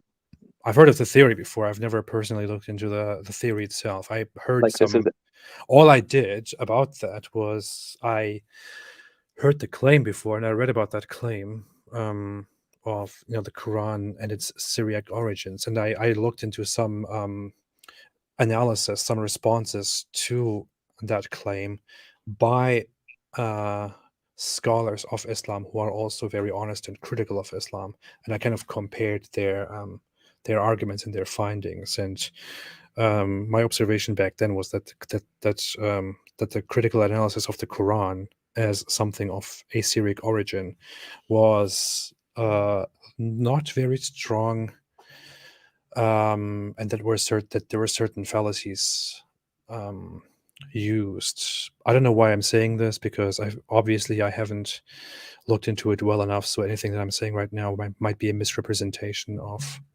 the argument and the responses. So very sorry about that. But long story short, I haven't really looked into it. Yeah, I mean, I thought it would be an interesting idea for a video, but yeah, obviously, if you find out it wasn't.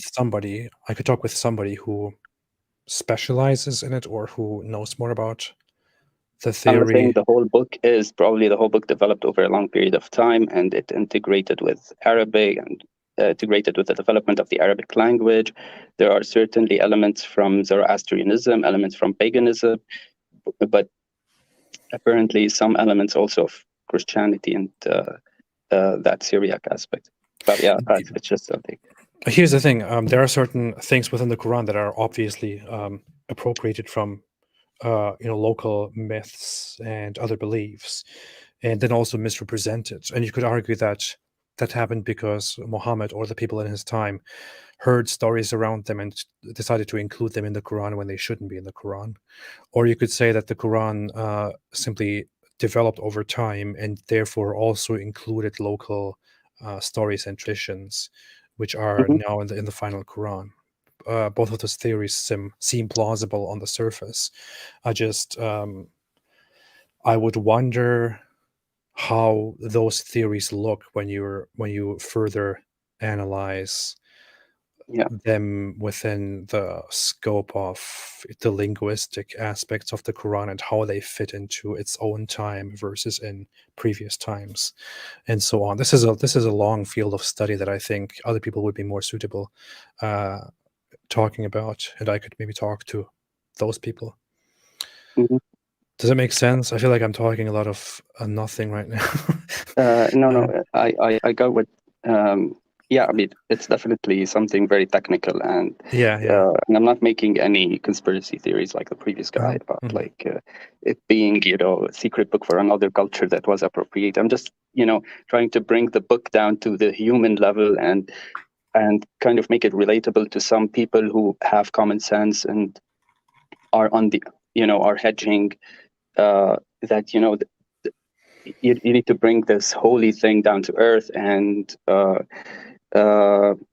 look at it not from this absolutist view. Maybe it will make people less fanatic than they are now, or less extreme than they are now. And which brings me to another point. Like I feel like the way the current, I don't know if I can call it identity crisis of Islam today or Islamism is that a lot of it follows what mostly the extremist parts of it taught, and it was influenced through violence and through politics.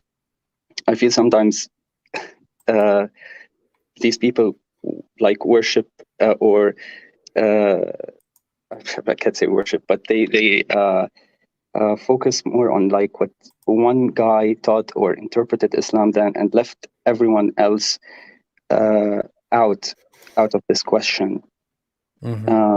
Like most of the current Islam is what Ibn Taymiyyah taught, and Yeah. Like for if we're talking about the traditionalist Salafi or Wahhabi population that is very loud on the internet, you could definitely and say even that it has influenced everyone.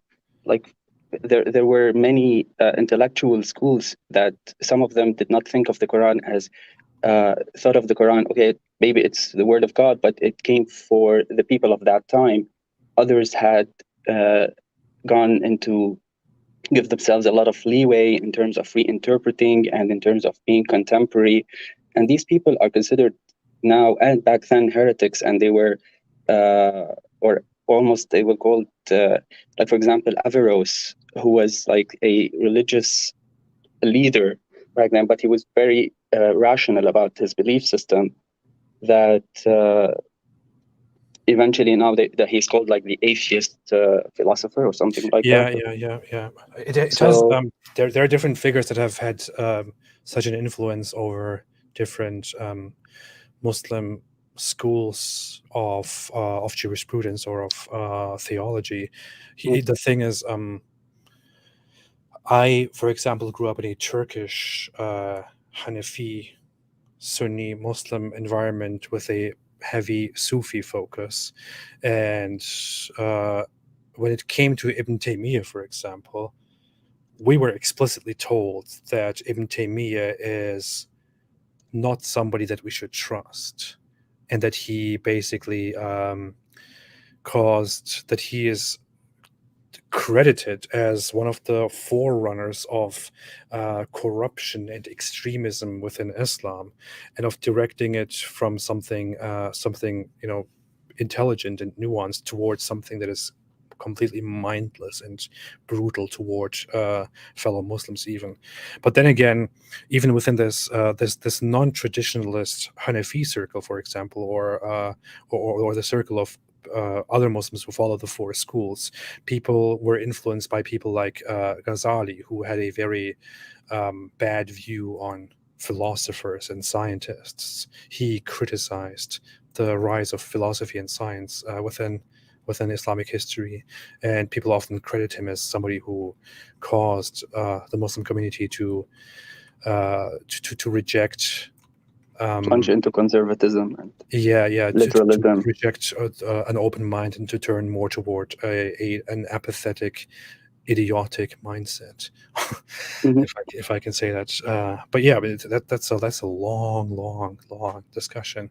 There were the Mu'tazila, who were, you could argue, were very promising in the past. They were basically stamped and killed, removed by the hardliners. I mean, it's all a mess. What are you gonna do? Yeah, I mean, my main point is shedding light that, shedding light that there are many schools and not all of them were that fanatic, and people can actually have tolerance and still be considered believers, if that's what they need to live, or in their frame. And when people talk about the golden age of science, it was those people who were the golden people. It wasn't the current versions that are so prevalent. I mean, people need to, if they feel they need to believe, they need to have there are other options where they can be considered believers and considered like following the religion without having to be intolerant and having to get jizya and to kill apostates and stuff like that. I get your point. I think our final solution. I don't want to say those two words. That sounds terrible. I think our best bet is to just get rid of Islam altogether. I mean, in our minds, and to leave it behind. God, I am. I'm just like I really started empathizing with thought other very people. yeah, I know. I just started that thought in a very bad way. So I didn't mean anything bad by this. I'm just Yeah. saying the best thing we could do is to completely leave Islam as something of the past and to move On, on. on that point, is there any progress on the Jordan Peterson thing? Because he's one guy who believes that religion is necessary for for purpose, for something. I don't disagree with him, and I think he is mixing I'm his own currently feelings still and emotions. I'm in touch with Michaela right now. It's she explicitly said a few times that she really wants to come on this channel and talk to me about things. The thing is, it's very hard to arrange a proper date to come together and talk. So we're still in the talks of making that happen. We'll see what comes from then on. Would you consider, just last point, and I want to leave space for everyone else, would you consider talking about alternatives? Because many people, and you can see from the arguments, sometimes people are arguing about the purpose of the universe or the reasoning or the. I think my mission is mostly just to talk about Islam, but I've made a video, for example, in the recent past where I responded exactly to this. I made a video where I gave people 6 alternatives to Islam, Oh, okay. which they can follow instead if they don't want to follow Islam, while also pointing out that I'm not telling people to follow something else. Do whatever the hell you want. I'm not your guru. I'm not in a position to give you advice on how to live a better life. Enough people think they can do that. But sure, if you want some alternatives, I think I've listed some. I've listed like 6 alternatives or so. Yeah. Right. Oh, but thank you. I appreciate the Thank conversation. you so much for the chance to talk to you, and Thank you. good luck, and yeah, good luck. Thank you. Thank you. You too. Bye. Right. Shine Vaman Digan said, brother, you must know the 99 names attributed to Allah. They are Syriac's copy of 101 names of Ahura Mazda. You should check this out on Google so that people know about this. I need to look into that. The thing is, the 99 names of Allah are not really something that are actually found within the fundamentals of Islamic scripture. It's just a system that Muslims established.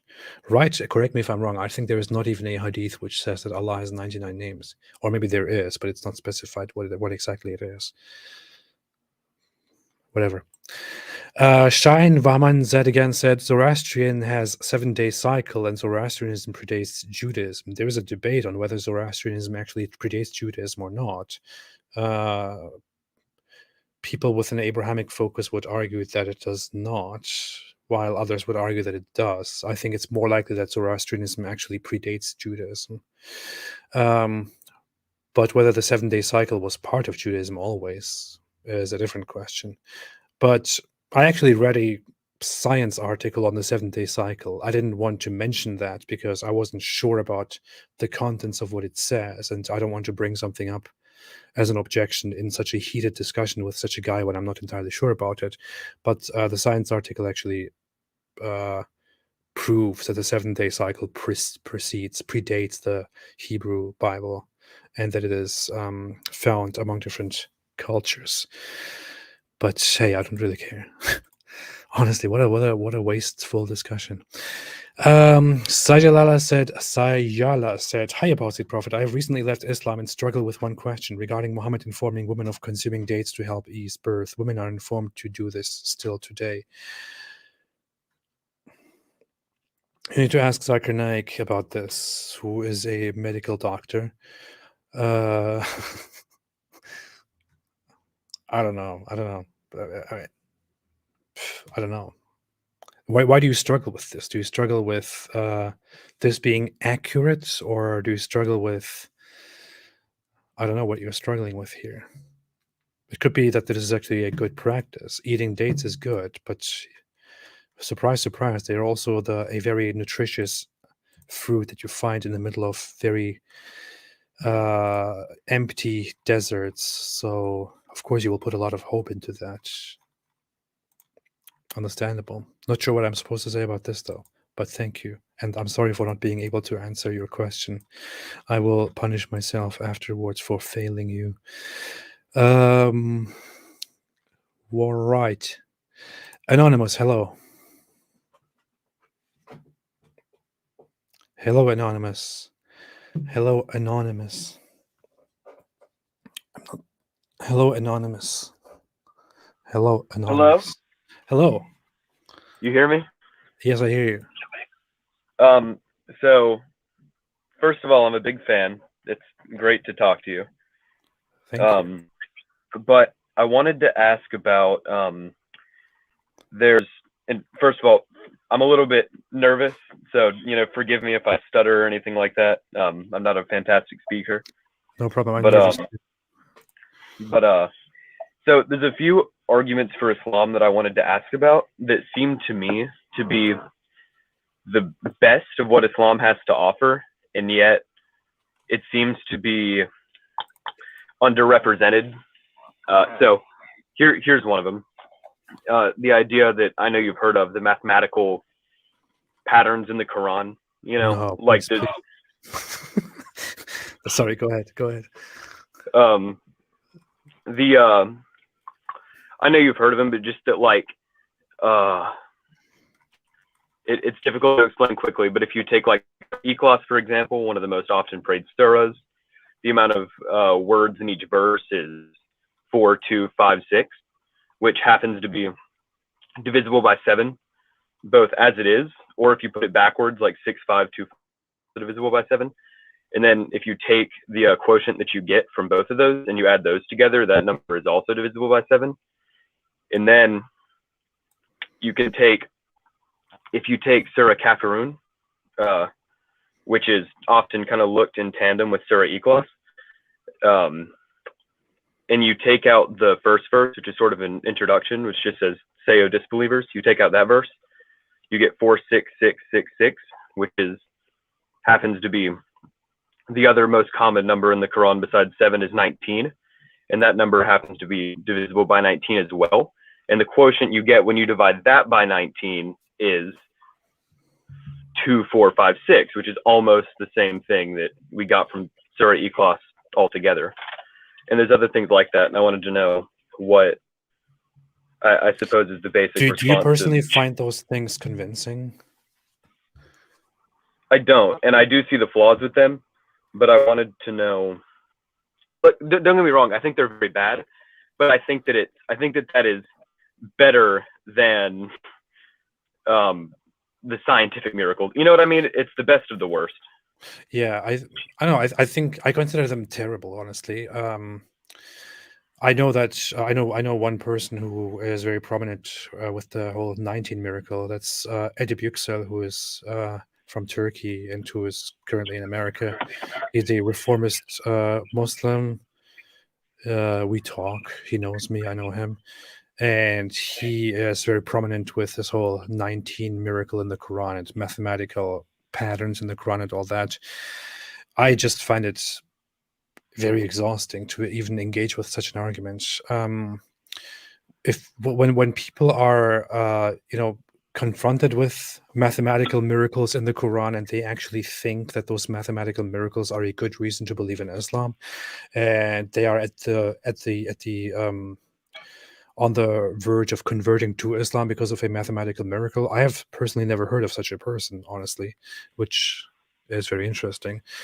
But if I encounter such a person, I would just say, hey, I'm not really interested in debunking that miracle. I would just ask you whether you would have the same reaction to other books that also seemingly have such patterns. And I remember seeing an article online on answering Islam prepared by Sam Shamoun's friends, or maybe even by him, which was addressing those Quranic mathematical miracles. And it was basically saying, if you want to look for a pattern, you could also find a pattern within the Bible. We are not saying there is one, but if you want to apply your logic, then why do we not just look at the Bible and do the same thing? And then the article presents a huge list of patterns and supposed miracles within the Bible. And then you are supposed to sit down there and think about why you don't believe in Christianity or in Judaism now, considering that the Bible also seemingly has such a miracle. Someone said it's Anthony Rogers. Maybe that's the case. I don't know. But yeah, I mean, such patterns exist in all kinds of different books. You can find them if you look for them. If you want to look for the number 19, you will find it in the Quran. If you want to look for any number, you will probably find some number that you can do something with. If I wake up in the morning and look at an empty page on some book that is lying around, on a random page in a book that is lying around in my room, I will probably recognize some pattern somewhere and could interpret that as a miracle. But the issue is, it's just all a very strange thing to use as a universal argument for Islam or anything else. Maybe you can hear at my tone how bored I am by that argument. I'm very sorry. It's okay. I guess you kind of have similar thoughts as me. I feel like if this is going to demonstrate that the Quran is the word of God, then you would need a control group. You would need, you can't just show that, because math itself is very beautiful. There's going to be amazing things in math anywhere you look, but like you couldn't just show that there's beautiful math in the Quran. You would have to show that there is beautiful math in the Quran that is not found in other works and that can't be replicated in other works. And so I guess you sort of had a similar idea that I had. One thing that I also noticed is that Eddie Puxel, for example, who is the person who runs with this 19 miracle, he does this thing, as I've seen in some of his examples, where he removes the Bismillah from the beginning and says, if we remove this and then look at this verse, then we will see that these numbers, the number of letters used here add up to this. If we remove this diacritical or apply this extension, then we will find this pattern. So there is a lot of playing with the actual text in order to make your miracles work, as far as I have seen, which is a little bit suspicious, Yeah. I wanted to ask if it's okay about another argument that is definitely underrated. Or not underrated, represented even by, Muslim scholars as well. It's this idea that I don't agree with this, but I think it's the best of what they have is, okay, here's the argument. If I take the Bart Ehrmanistic thought on Jesus and the Gospels and the resurrection and things of that nature, and I combine it with a belief in the supernatural, which isn't inherently illogical, then they say that the only possible product you could get from that is Islam.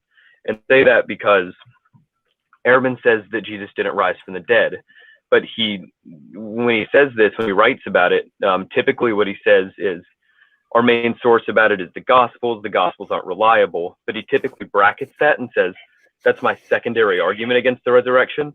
He typically says my primary argument against the resurrection is simply that historians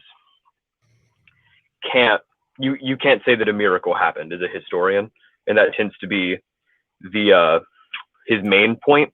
And so if you believed in the supernatural, then even if you shared Bart Ehrman's views about history, the natural conclusion would be that the main argument against the resurrection doesn't stand.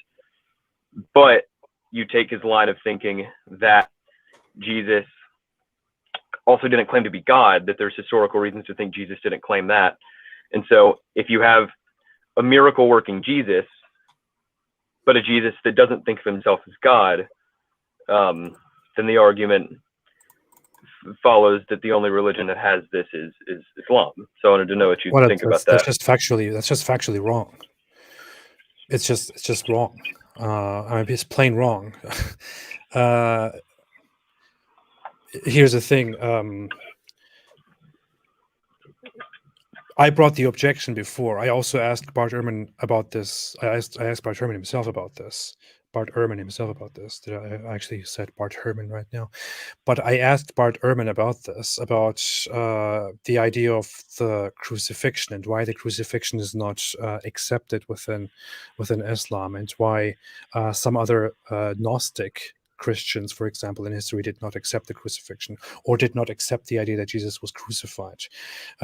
He also came to the same conclusion that the rejection of a crucifixion of Jesus or the death of Jesus was only invented by fringe Christian groups, Gnostics and others, because they were of the opinion that Jesus is not human. He has nothing to do with the flesh. He has nothing to do with the world, which is why he cannot suffer and he cannot die. It is impossible for him to suffer and to die. So how could he be, tortured and die on a cross? It doesn't make sense. So the Gnostics therefore came up with the idea that Jesus wasn't actually crucified. He wasn't actually killed. Somebody else was killed instead of him on the cross on that day, and Jesus himself stood at the side of that cross, observed all of that happen, and then he said, "Goodbye, guys," and rose to heaven, because he was more than human. He was a divine spirit, or he was God himself, or the Son of God.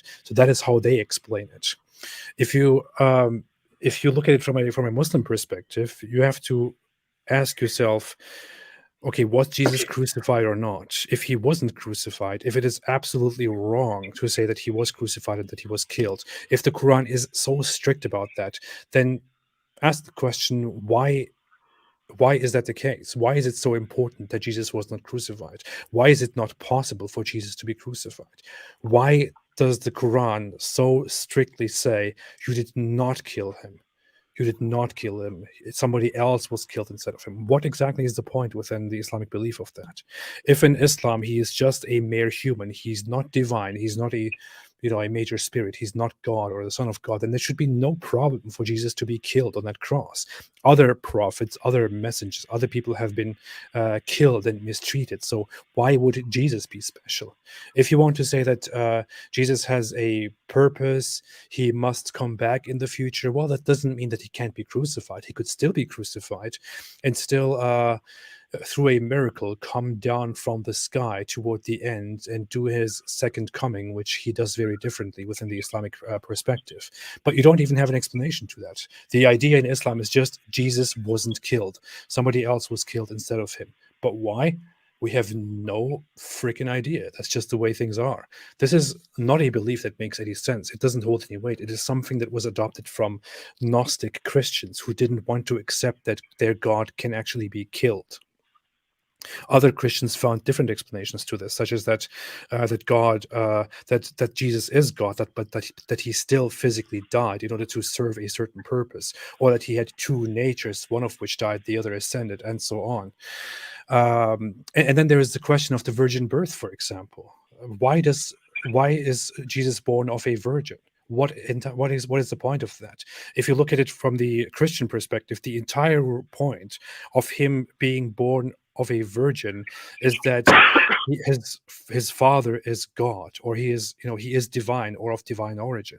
If he's not of divine origin, which is something that is attributed to virgin births before Christianity around cultures around the world, then why exactly was he born of a virgin? If he is a mere human, then why is he the only human in history who didn't have a human father? What is the point?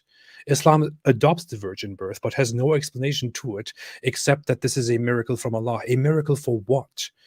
If you say this is a miracle, this is a sign from Allah, then what you have to go for here is that Allah gave people a miracle like the virgin birth and a miracle like the crucifixion and resurrection, which both together gave people a very extremely strong idea that Jesus was not just a messenger. No, he was more than that. He was the Son of God, and he was God himself.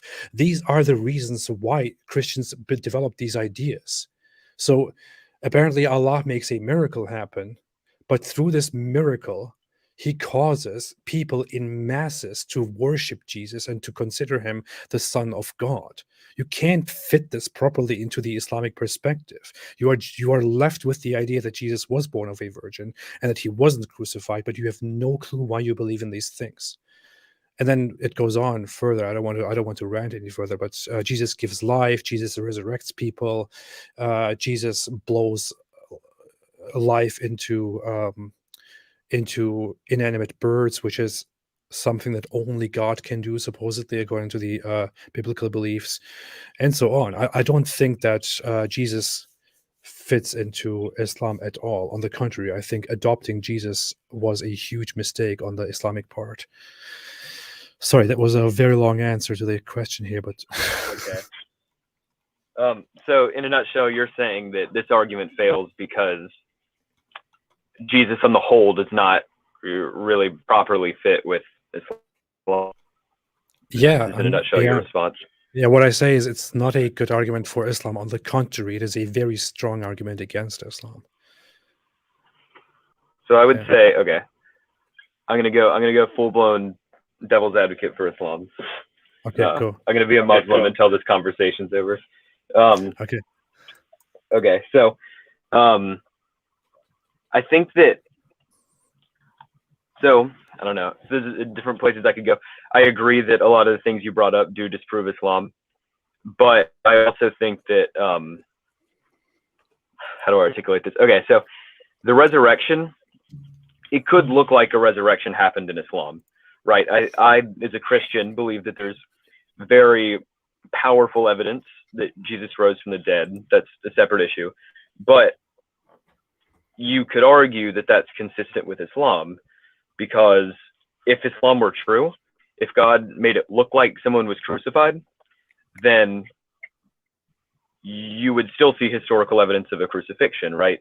In terms of what our witnesses would say, there's no difference between. So Shabir Ali argues that Jesus could have been actually Jesus put on the cross. And when the says he wasn't crucified, the word crucified implies death. So Shabir Ali, from what I understand, argues that Jesus was put on a cross. He was tortured. He just didn't die. He was miraculously preserved from death. He was put in a tomb, and then he ascended into heaven. And this ascension into heaven was interpreted by the first Christians as resurrection. So I could argue that the historical data is consistent with Islam on the resurrection itself. And then whenever you look at other, you would still have to be confronted with the fact that this deception, or the way things went, was a complete setup which brought Christianity into existence and the veneration and worship of Jesus into existence. I heard of Shabir Ali's explanation of this before. I think it's I don't think it makes sense because it contradicts directly with the scripture, which is not very vague. It says they killed him, but they did not. Somebody else was made to appear like him, and so therefore it rejects the entire idea that he was actually there, and it proposes the substitutionist idea that somebody else was placed instead of him, which is an idea that predates Islam by far, developed by Gnostics, as said. So I think that I guess there's a few things I could say, like yeah, a lot of plagiarism in the Quran, but I think that the idea that God created or the idea that Allah created a false religion is pretty consistent with other parts of Muslim theology.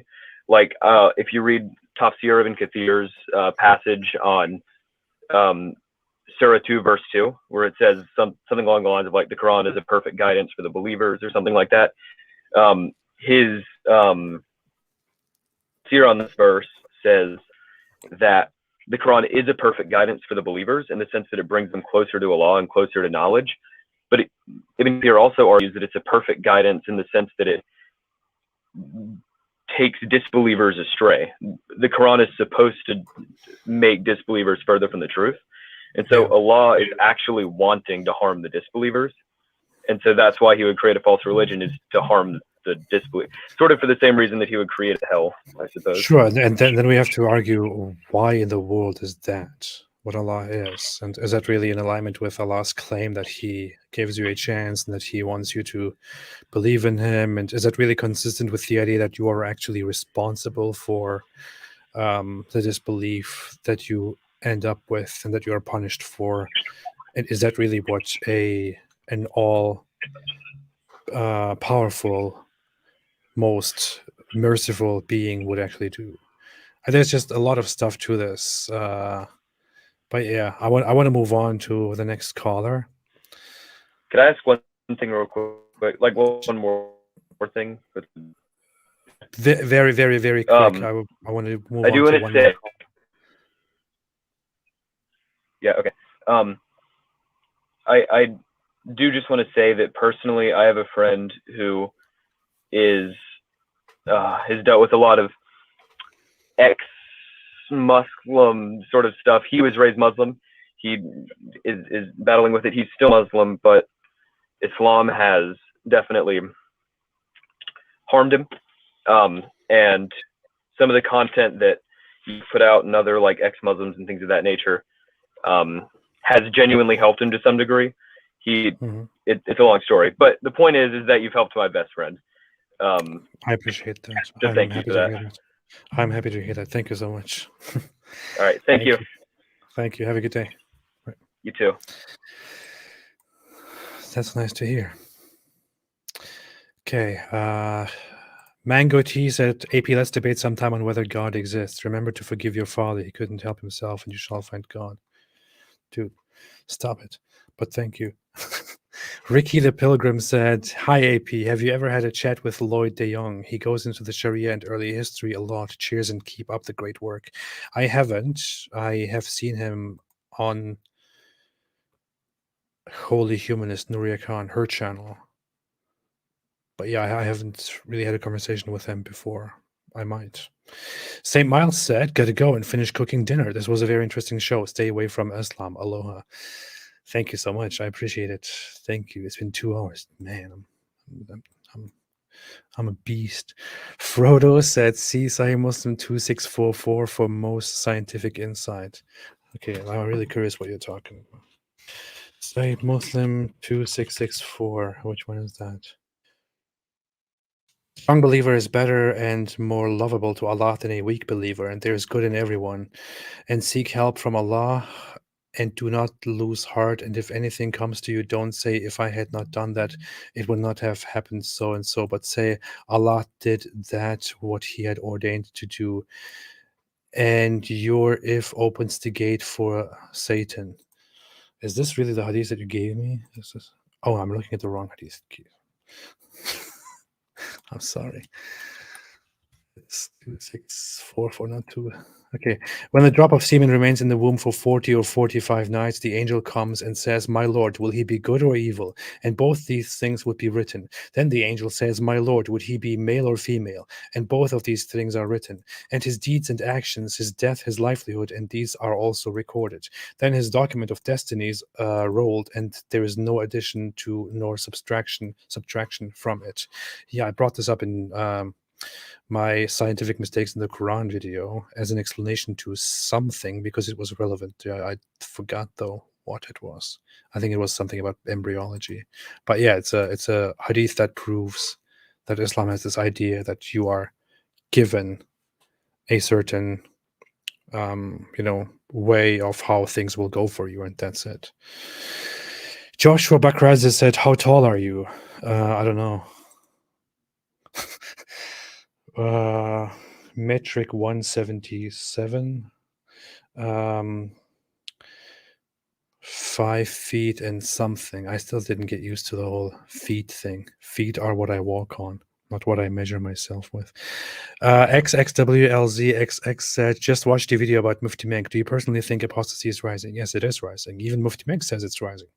Who am I to say this? Who am I to make a comment on this when even Mufti Menk himself comes out and says people are losing their faith in Islam very fast? I'm very happy that he said that. What's your response to the Quran as a scientific miracle claim? That it's not at all a scientific miracle. I'm working on some refutations of scientific miracles. I started with some of them. I'll make more of that stuff quite soon when I can arrange and organize my work a little bit. Okay, I'll take one more call. I know this has been very long, and some of the calls were also very long, but I think they were quite interesting. I'll take one more call. Okay, I'll take 2 more calls because I just see that a special guest is here whom I want to have on here. Hey, Derek, what's up? What's up, man? Good. How are you doing? It's late. Relaxing at the house. Yeah. Yeah, I'm an apostate, just not from Islam. Oh yeah. What are you? Yeah. What kind of apostate are you? I obviously apostatize Christianity, but How depending dare you, on man. what kind of Christian you're How talking dare to, you. I never really was one. So, just depends on Oh, that's who you good. ask. That's good. Yeah. I was just thinking, as far as Islam, I don't want to keep you too long. You've been going all night, but notice I'm looking off the screen. But for me, when I'm looking into Islam, right, the whole goal is to find the building blocks. Mhm. I like to know where it comes from. And when you tell me an angel in a cave in some man's head or whispers in his ear or visits him and says, here are the words that God has spoken, and I can find those words closer to Alexandria, Egypt, where the Nag Hammadi library was buried, in the air with Mary, the teachings of Mary that are all throughout Constantinople, you name it, throughout the Christian Empire. The idea that Mary's mother named her, which we find in the Quran, but it's predates that. We find that in Christian literature. When I find all this stuff, to me, it takes away the divine necessity of requiring any type of angel. Well, I have to tell you, Derek, I'm sorry that you are so ignorant. I know I'm ignorant, but and so terrible in your reasoning. Do you not know that the Prophet Muhammad used to receive revelations, and he would hear the ringing of a bell and feel extremely uncomfortable, and also have visions of a man coming to him and saying things to him, and then he would grasp that this is a divine revelation, and he would sometimes lay on the ground and shake and sweat and snort very loudly, and this is clear proof that he was indeed receiving revelations. Also, another proof. This will convince you even more if you are not a fool. no, I am a fool though. So you fool. I Another know. proof is that Muhammad, according to the authentic reports, had 11 wives, and he would go to all of his wives and have sex with them in one night. And he could do this because he had the sexual strength of 30 men. You're starting to convince me, by the way. Like also, he had a thing on his back, a birthmark on his back, which was proof that he was indeed a prophet. Dude, why didn't you tell me this a long time ago? Because I would have stopped looking at the Nag Hammadi library. I would have quit trying to find the Seven Sleeper Christian tradition. I would have stopped trying to look for all this evidence that is out there. Are you ready to say the Shahada now? Dude, let's hold on. If I'm going to do it, I'm going to do it right. Okay. What the hell is that? If I'm going to do it, I'm going to do it right. All right. Let's do the dang thing. Okay. What is this? I mean, I got to wear, Jews have a cap. Muslims have a cap. I'm going to do something, right? It's got to go on my head. You look like Goku from Dragon Ball. Yeah, now we're talking. Inshallah.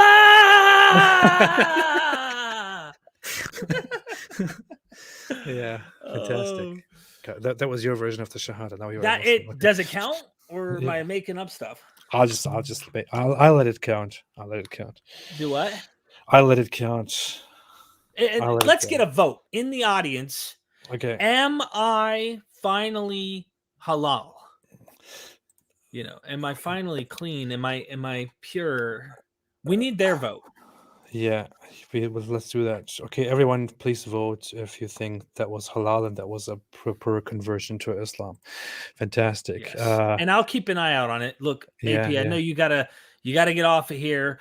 Wait a second. Are you busy? Are you going anywhere? I'm not going anywhere. Just stay here. Let me take on my next caller, and we can bully my next caller together. Oh, snap. Let's see. Hello, someone. How are you doing? Yeah, I'm good. How are you? Good. Thank you. First of all, I want to introduce myself. I'm from India and I have done night shift. It is morning here, so I've been waking just to speak for you. I mean, Oh with yeah. you. And yeah, I've subscribed you from 2020 and I'm a big fan of yours. Thank I've you so liked much. I every video appreciate of it. yours and watched every video of yours. So, Thank you. Thank alongside you. I with the appreciate 2 hours plus whole debate video, Ali Dawah video, every video I have seen, and how you destroyed Ali Dawah. That was really victorious. Maybe more victorious than the Battle of Badr, as I think. it. I didn't really do Yeah. much. He did it all to himself, to be honest. No, he To lied. He I just lied. had First, to he be said there. that yes, sir, he lied in that video. First, he said that he was going for a marriage. Then he changed his statement, saying he was going to a funeral. And lying is not permissionable in Islam. So yeah, That is funny. No, uh, that's very good. I need the energy from the audience as the spirit bomb is building. sir, Oh yeah. I have one or two questions. If you allow me to ask. Yeah. Let's go ahead. Let's do Uh, it. Yeah. Go ahead. Sir, can you please go to the ayat, chapter 4, verse number 40, if you can quote it for me, please. Quran 4 verse 40, you said? Yes, sir. Quran 4 verse 40. Sai International. Indeed, Allah does not do injustice even as much as an atom's weight, according to the translation here. While if there is a good deed, he multiplies it and gives from himself a great reward. Sir, do you find anything spicy here? Yeah, I find that the wording here in English includes the word atom, which is of course not what the Quran verse really says. Is that what you're referring to? Yes, sir. Yeah. So I have cross-checked all the 15th to 18th century English Qurans, and I haven't found the word atom. Not even in the 13th century Ibn Kathir, atom word is not mentioned there. So, but yeah, in Dr. Zakir Naik video, he was explaining that atom is present, and from Yeah. and these people are completely lying. In fact, the Quran says that they have changed their books, they have changed their revelations, and they will be in the hellfire for that. Aren't the today's present scholars doing the same thing? Yeah, here's the thing. I would say that they are not necessarily the interpreters, the translators of the Quran. When they give us this Quran verse in English, they might not be intentionally lying. They might just be trying to, translate or interpret this verse in an understandable way. And since the understanding of the atom was developed, the word dharra, which is used here in this Quran verse, has also been used for the word atom. But to say that the Quran verse actually says atom would be a misrepresentation of what the Quran verse actually says. The Quran verse literally says the weight of a dharra, and a dharra means it's just the smallest thing, or it is a particle, the smallest But thing there is. That's what it is. That's what it was in common language. I yes, sir. think the etymology of the word itself, when you break down the word dharra, it comes from to spread or sprinkle something into, Exactly. or Yes. to deconstruct something. It just means a small thing, or an ant so small. That's what I was reading in Yeah, in this here was ant. yeah. Yeah. And And some but sir, Muslims today say this. Some Muslims today say, look, the Quran actually talks about the atom, but that's just dumb. They have no idea how how the no, it language does not. developed. Not Yeah, in any aspect. yeah, Because we are talking about the 7th century, right? At the yeah, time, who knows that what was the definition of a dharra? And we are living in 21st century right now, and they are mentioning it as atom. yeah. What they will be mentioning in the 30th or 32th century, if Islam really exists till then, which I doubt. And what will they will be using? Like, what Yeah. if we found something more smaller than atom, multiple times smaller than atom? They will replace it. Yeah. Oh, yeah. That's just a very dumb argument that some Muslims use. There's also in Quran 27:18 through 19, when it's talking about the ant. This comes from legends about Solomon. Oh yeah. This, I mean, it's awesome to find. It doesn't prove anything because you just debunked everything that I have said earlier. Yeah, absolutely. I just want to put it on the screen quickly to show people what the hell we're talking about here. And it's not only first; it is mentioned in Quran more than 4 times, as I think. Yeah, so this is the Quran verse, chapter 4, verse 40. 4 verse 40, and in the translation here it says, indeed Allah does not do injustice as much as an atom's weight. That's what it supposedly says. In other translations, in older ones like Pictal, it says the weight of an ant. In Arbery, which makes a very literal translation, it says the weight of an ant. It doesn't say atom here. The word used here, you can do a very quick research here. The word used here in this verse for atom is dharra. Dharra is used in different meanings in its different forms throughout the book, like offspring or creating products or results or parts or whatever it is. And if you research the actual origin of this word, if you're a geek, then you will find out that it stands for spreading something. So it could never be that the Quran talks about atom, because the atom was not something that was known back then. So, but sir, the Quran itself says that it is the easier to understand. We made it very clear to understand. It is very easy to understand, right? Then why the scholars, Islamic scholars, are completely confused? Yeah.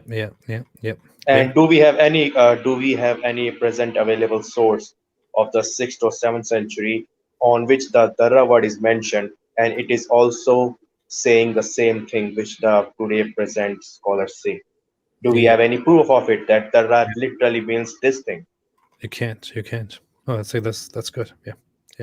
So that's if Muslims want to bring that as an argument, they should know that that's a terrible argument. But if they want to do that, feel free to. We are here to tell you. They have put up the seminars. The Muslim youth listening to it, and they were like clapping. And I was like, seriously, man, you have booked the tickets for this seminar on internet, but you haven't looked into it, what it says on the internet. Yeah, absolutely. Well, thank you so much for joining. I want to move on to one more caller, and then I want to Yeah, go. sure, sir. Thanks for you your so time. much. Thank you so much. Right. All right. I want to take one more person here, and then we will skedaddle. I always wanted to say that. Hello, Robert Moshe Thompson. How are you doing? Oh shit, you chose me? Oh, great. Awesome. Oh, Yeah. thanks. Oh, and I'm lucky enough to be here while Derek is here. Hey. Derek, I don't really know anything about you. I think I've heard of your podcast, but I've never met you. It's very nice to meet you. Nice to meet you. Ridwan, we've met before. We have. Last time I remember. Yeah, I asked about the Alevis. Yes, Alex, I sound really young. Thank you for pointing it out. Everyone points that out every time I come in. But yeah. What was I here to...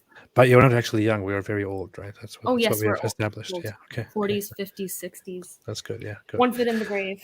Anyway, so the thing that I wanted to talk about today, because I've been thinking about this for a while.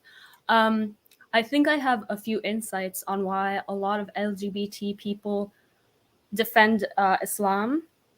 And I'll use the specific example from my own life because I see this trend very much echoed in my own life. So the reason why I think that I have a good perspective on this is because, well, I am LGBT. I am not Muslim, but I have a large Islamic influence in my life, like since high school. That's why I know about stuff like the Alevis and all this stuff, because I have a bit of a background. And so in short summary, something that, and I'm not going to speak for the rest of the community, I'm just going to speak for myself. Something that a lot of people have expressed to me is that, or at least, sorry, I just need to regather my thoughts. No problem. Yeah, because I actually haven't spoken about this aloud. I've thought about it a lot, but I haven't spoken it out to anyone.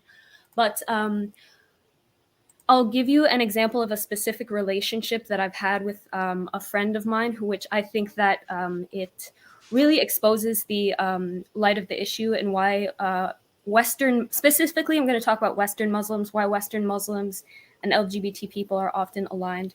And so the reason is because, obviously it's because, partly because both are a minority in their own way. Mhm. And so we kind of tolerate each other enough to just survive. Like, we're usually not each other's first choice of friends. They're usually not mine, and I'm usually not theirs. But we have this kind of unlikely alliance. And actually, I'll give you another example of why. Sorry, were you going to ask something? No. It's yeah, no. Feel comfortable to just express what You're you nervous. feel. Don't worry. It sounds like you're nervous You're in good about company. this stuff. but Yeah, it's- I am nervous. Feel completely comfortable. Everything is. Don't worry. If you get it wrong, we're gonna punish you. But don't Good, worry about it. punish me.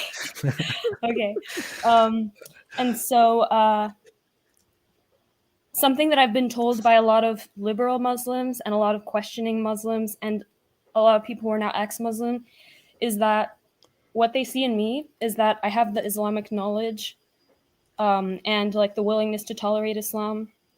And then I also am open-minded if they have, LGBT leanings or if they're questioning. And so people tend to treat me as a kind of safe space in that way. And so that's why they feel like there's very often this kind of like unlikely, like a cringy Disney movie, like two enemies who team up together, who don't like each other initially but come to like one another eventually. And that's part of it, but I mean, it has a bit of a dark side. Like, Indeed, yeah. a lot of these relationships can only go so far. These relationships that I've had with young Muslims, one of two things happens. Usually either they leave Islam or they become like Sufi or like something more like how a lot of like liberal Muslims will trend towards like Sufism and like Quranism and the more heterodox type of movements. So I think it's just that liminal space, which is why it's so specific to Western countries. It doesn't happen in Muslim countries. There's not this connection between LGBT people and Muslims in Muslim countries. Yeah. I mean, even we're talking about Turkey, which you are somewhat familiar with. Yeah.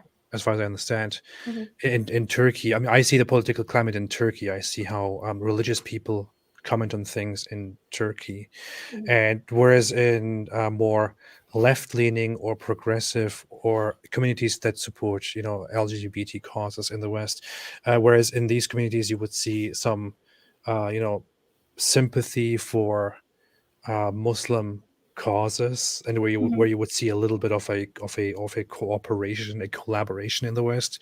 You find the absolute opposite of that in Muslim cultures, or in That's even interesting. moderate Muslim cultures like Turkey. In Turkey, it is the religious population that constantly says horrible things about gay people, about gay relationships, about anything that concerns the LGBT community or causes. And it is then always the secular side, the left-leaning secular side, that just speaks up in defense against the Muslim side, and then there is this big fight between the Islamic side and the other side going on. So within these Muslim communities, it's very much predictable. The situation is actually terrible. There is absolutely no cooperation going on. And what I also think is, it is rather ironic when you see that in the West there is a collaboration between progressives and Muslims, or between the LGBT community and Muslims. What's actually happening is that the one side collaborates with the other without being aware of the fact that if they got rid of all the common problems, and if they came to an environment where Muslims are now free to do whatever the hell they want, it wouldn't end well, to Yeah. say it very mildly, for the LGBT community. Yeah, actually, that brings me to a question, because it's a very much minority struggle in the West, which is why this unity happens. Do you think, and I don't know if there's data on this, do you think maybe in some Muslim countries that minorities like Jews, atheists, Christians might be more sympathetic to the LGBT community in that way? Yeah, naturally. I think there is such things take place where minorities, religious minorities, including Christians. I have seen this, where Christians in Turkey are on the side of gay rights activists, for example. In the past, when that was a thing, there were Christians within the country that were supportive of their cause in the face of the Islamist supremacist population. So it is indeed a kind of a minority collaborating with each other thing that is going on. The enemy of my enemy, or the enemy of my enemy is my friend kind of thing. Yeah, until we are done with the enemy. Hey, sorry, I clipped out. Can you hear me? Yes, we hear you now. Yeah. Sorry, what was the last thing that you were saying? I was saying that, in Turkey, I have seen that certain Christian minorities that struggle for better rights within Turkey are kind of in support of LGBT causes or other progressive causes, and they are together struggling against the Islamic supremacist authority within the country. So there is kind of a dynamic between these, minority groups going on, independent from whether they are actually oppressed or not. I see. Cool. Yeah. And actually, that brings me to another question, because you spent a lot of time, obviously you spent a lot of time in Turkey amongst a lot of Kurds. And so I understand, like, from studying a lot, that a lot of Kurds are, since they have vested like Western interests regarding like Kurdish nationalism, and that the West is like pretty big supporter or potential supporter, and that's a lot of the reason why a lot of Kurds might profess more like less Islamist values. At least that's what I've heard. Is that the reason why there are a lot of like what I would consider like liberal Muslim Kurds, or are there still very many? Well, the thing is, it depends on what region we are talking about and what trends we're talking let's say about. Turkey, There are because you know more about that. so there are a lot of Kurdish people in Turkey who are very secular and very focused on establishing a very anti-Islamist agenda. But on the other hand, if you look at religiosity and how much people take their religion seriously and implement it and impose it on others, you could say that in Turkey, the southeast of Turkey, where Kurds are in the majority, is actually the more traditionalist, the more traditional one, where religious rules still apply to everyone's daily life. There is a little bit of a paradox there, but it's more complicated. Yeah, it's not that simple. It's more complicated. But yeah, thank you for joining again. Yeah, I don't want to keep you too much. It was nice talking to you. Yeah. Oh, actually, I have one last question, and I promise I will leave as soon as I go. Okay, you have 5 seconds. Okay, do you know anybody who considers themselves an ex-Alevi? Not necessarily next month. That's an interesting question. No, that's funny. I've never actually met somebody who said they used to be Alevi, but they are not anymore. The people that I have met are they say they are Alevi, but they don't believe in Islam. They don't believe in God, because they just still follow it kind of culturally, because it has some identity value, I guess.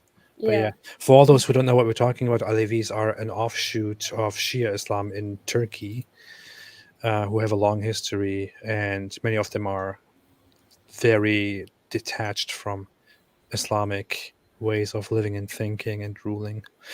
So, it's actually one of my most interested or my favorite Islamic offshoot. Yeah, many Muslims would argue that it is hardly Islamic nowadays, but yeah, Yeah. it's quite interesting. But thank you so much, Thank you Robert. so I much. appreciate it. See you later. Bye bye. See ya. Bye. All right. So, what do you say, Derek? I feel like the spirit bomb has fully developed at this point. The people in the audience have literally gave us enough energy to reverse jihad right now. Like, Yeah. you know what I mean? Yeah, I hope they gave us enough to correct our grammar and to. Do I need to do it? Do I need No, to? Okay, no, okay. no. I'll save it. You just said have gave us, and that just. Yeah, I feel it.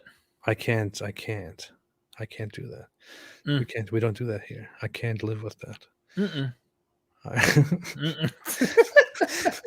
Oh, I think we should leave. I feel like I owe everyone something, and I want to go on for 5 hours to take everyone. No. There will never be an end to that. Okay. Yeah. Well, thanks everyone for joining. I wanted to keep this under an hour, but just kidding. That's what I always say. I will hopefully do another one again very soon. I should make this more frequently and also do a members only call-in show so that people can do that as well. But for everyone who is still waiting and who has been waiting here for 2 hours, there's no one who has been waiting for 2 hours, but maybe for a little bit less. Sorry for not being able to talk, but I hope to talk again in the near future. I just want to quickly read these few super chats here. Frodo said, I meant the part about semen and womb for 45 nights. Oh yeah, good. I read that. Thank you. We're talking about semen on this channel. That's what we do. XXWLZXX said, AP, you missed my last super chat. What? I didn't miss super chat. What are you talking about? I don't miss super chats. I will quickly go through them here somewhere. And I don't know why I've been missing them too lately. Not even meaning to. Sometimes it skips down. Yeah, absolutely. KG said, I was so happy to chat today. Thank you for your time. Hope more growth career-wise and more formal debates with Dawkins and Harris in the future. Thank you. I appreciate it. I will hopefully have debates with Dawkins and Harris and destroy and humiliate them. And KG, I hope you will too. That's what I get from this comment. I don't know what is being implied, but thank you. I also enjoyed the chat, and I enjoy everyone who is joining and talking to me because I'm a lonely man and I need your friendship, everybody. Dude, that's why I came on. Look, you give this sign to the audience when you're just like, I'm heartbroken, I'm alone, I need someone to kamehame inshallah at me. You know what I'm saying? And like, I'm there, bro. And you know, we're proud of that. You know what I mean? We're really proud of that. Proud of that. I need someone to kamehame hug me.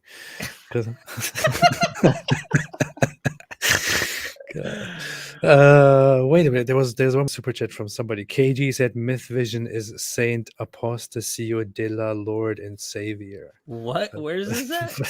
What? I see that on my YouTube tab. I can't see it here on StreamYard because it's somewhere and I can't find it. I don't know. It's on the YouTube? Yeah, I forgot to mark. I got here it is. Here. KG said Myth Vision is Saint Apostasio de la Lord and Savior. That's very Thank you. I do try to help people. Okay. All right. We're done. Spirit bomb? Yeah, we're done. All right. Man, thank you for being who you are, man. Me? Yeah. Thank you for being who you are. You've got when someone like you who has his beliefs, I'll leave on this note too. It's just a positive note, right? Take a little bit of the spirit bomb to put into this. Okay. When someone like you who holds to the beliefs you do has a following of such diversity, no matter what your ontology is, that says a lot about you. Thank you. That says you're secretly a Christian. I'm just kidding. No, but seriously, like it shows, a balance. Thank you so much. I appreciate your words and your sentiments. And yeah, I know I like this. I like having all kinds of people here and talking to everybody and being nice and kind while also secretly flashing my Allah necklace here. I was Hoping just gonna say I hoping wanted. nobody will notice it. If you really want to know why I came on here, it was so you could tuck me in tonight for bed. I'm tired, so I was like, can you tuck me in? Yes, Please? I can. I first have to show you my Zoroastrian thing here too. I want to flash my religious symbols that I have here. Is that real gold? No, it's not. Of course. Okay, not. okay. Why would I do? Why the hell would I do that? I don't know, man. You never know. And here I even have this here, like. I think you're just trying to show everybody, like. Look. Yeah, I'm everything. Okay. Yeah. I get it. Thanks for joining, everyone. We'll see you again. Hope everyone has a fantastic day and night and everything in between, from one Sabbath to the other, as our friend earlier pointed out while he was trying to convince me that the 7-day cycle is actually proof for Christianity. And thanks, everyone. Have a fantastic day. And as always, stay away from Islam. Islam. And before I leave, let me quickly play this beautiful intro here.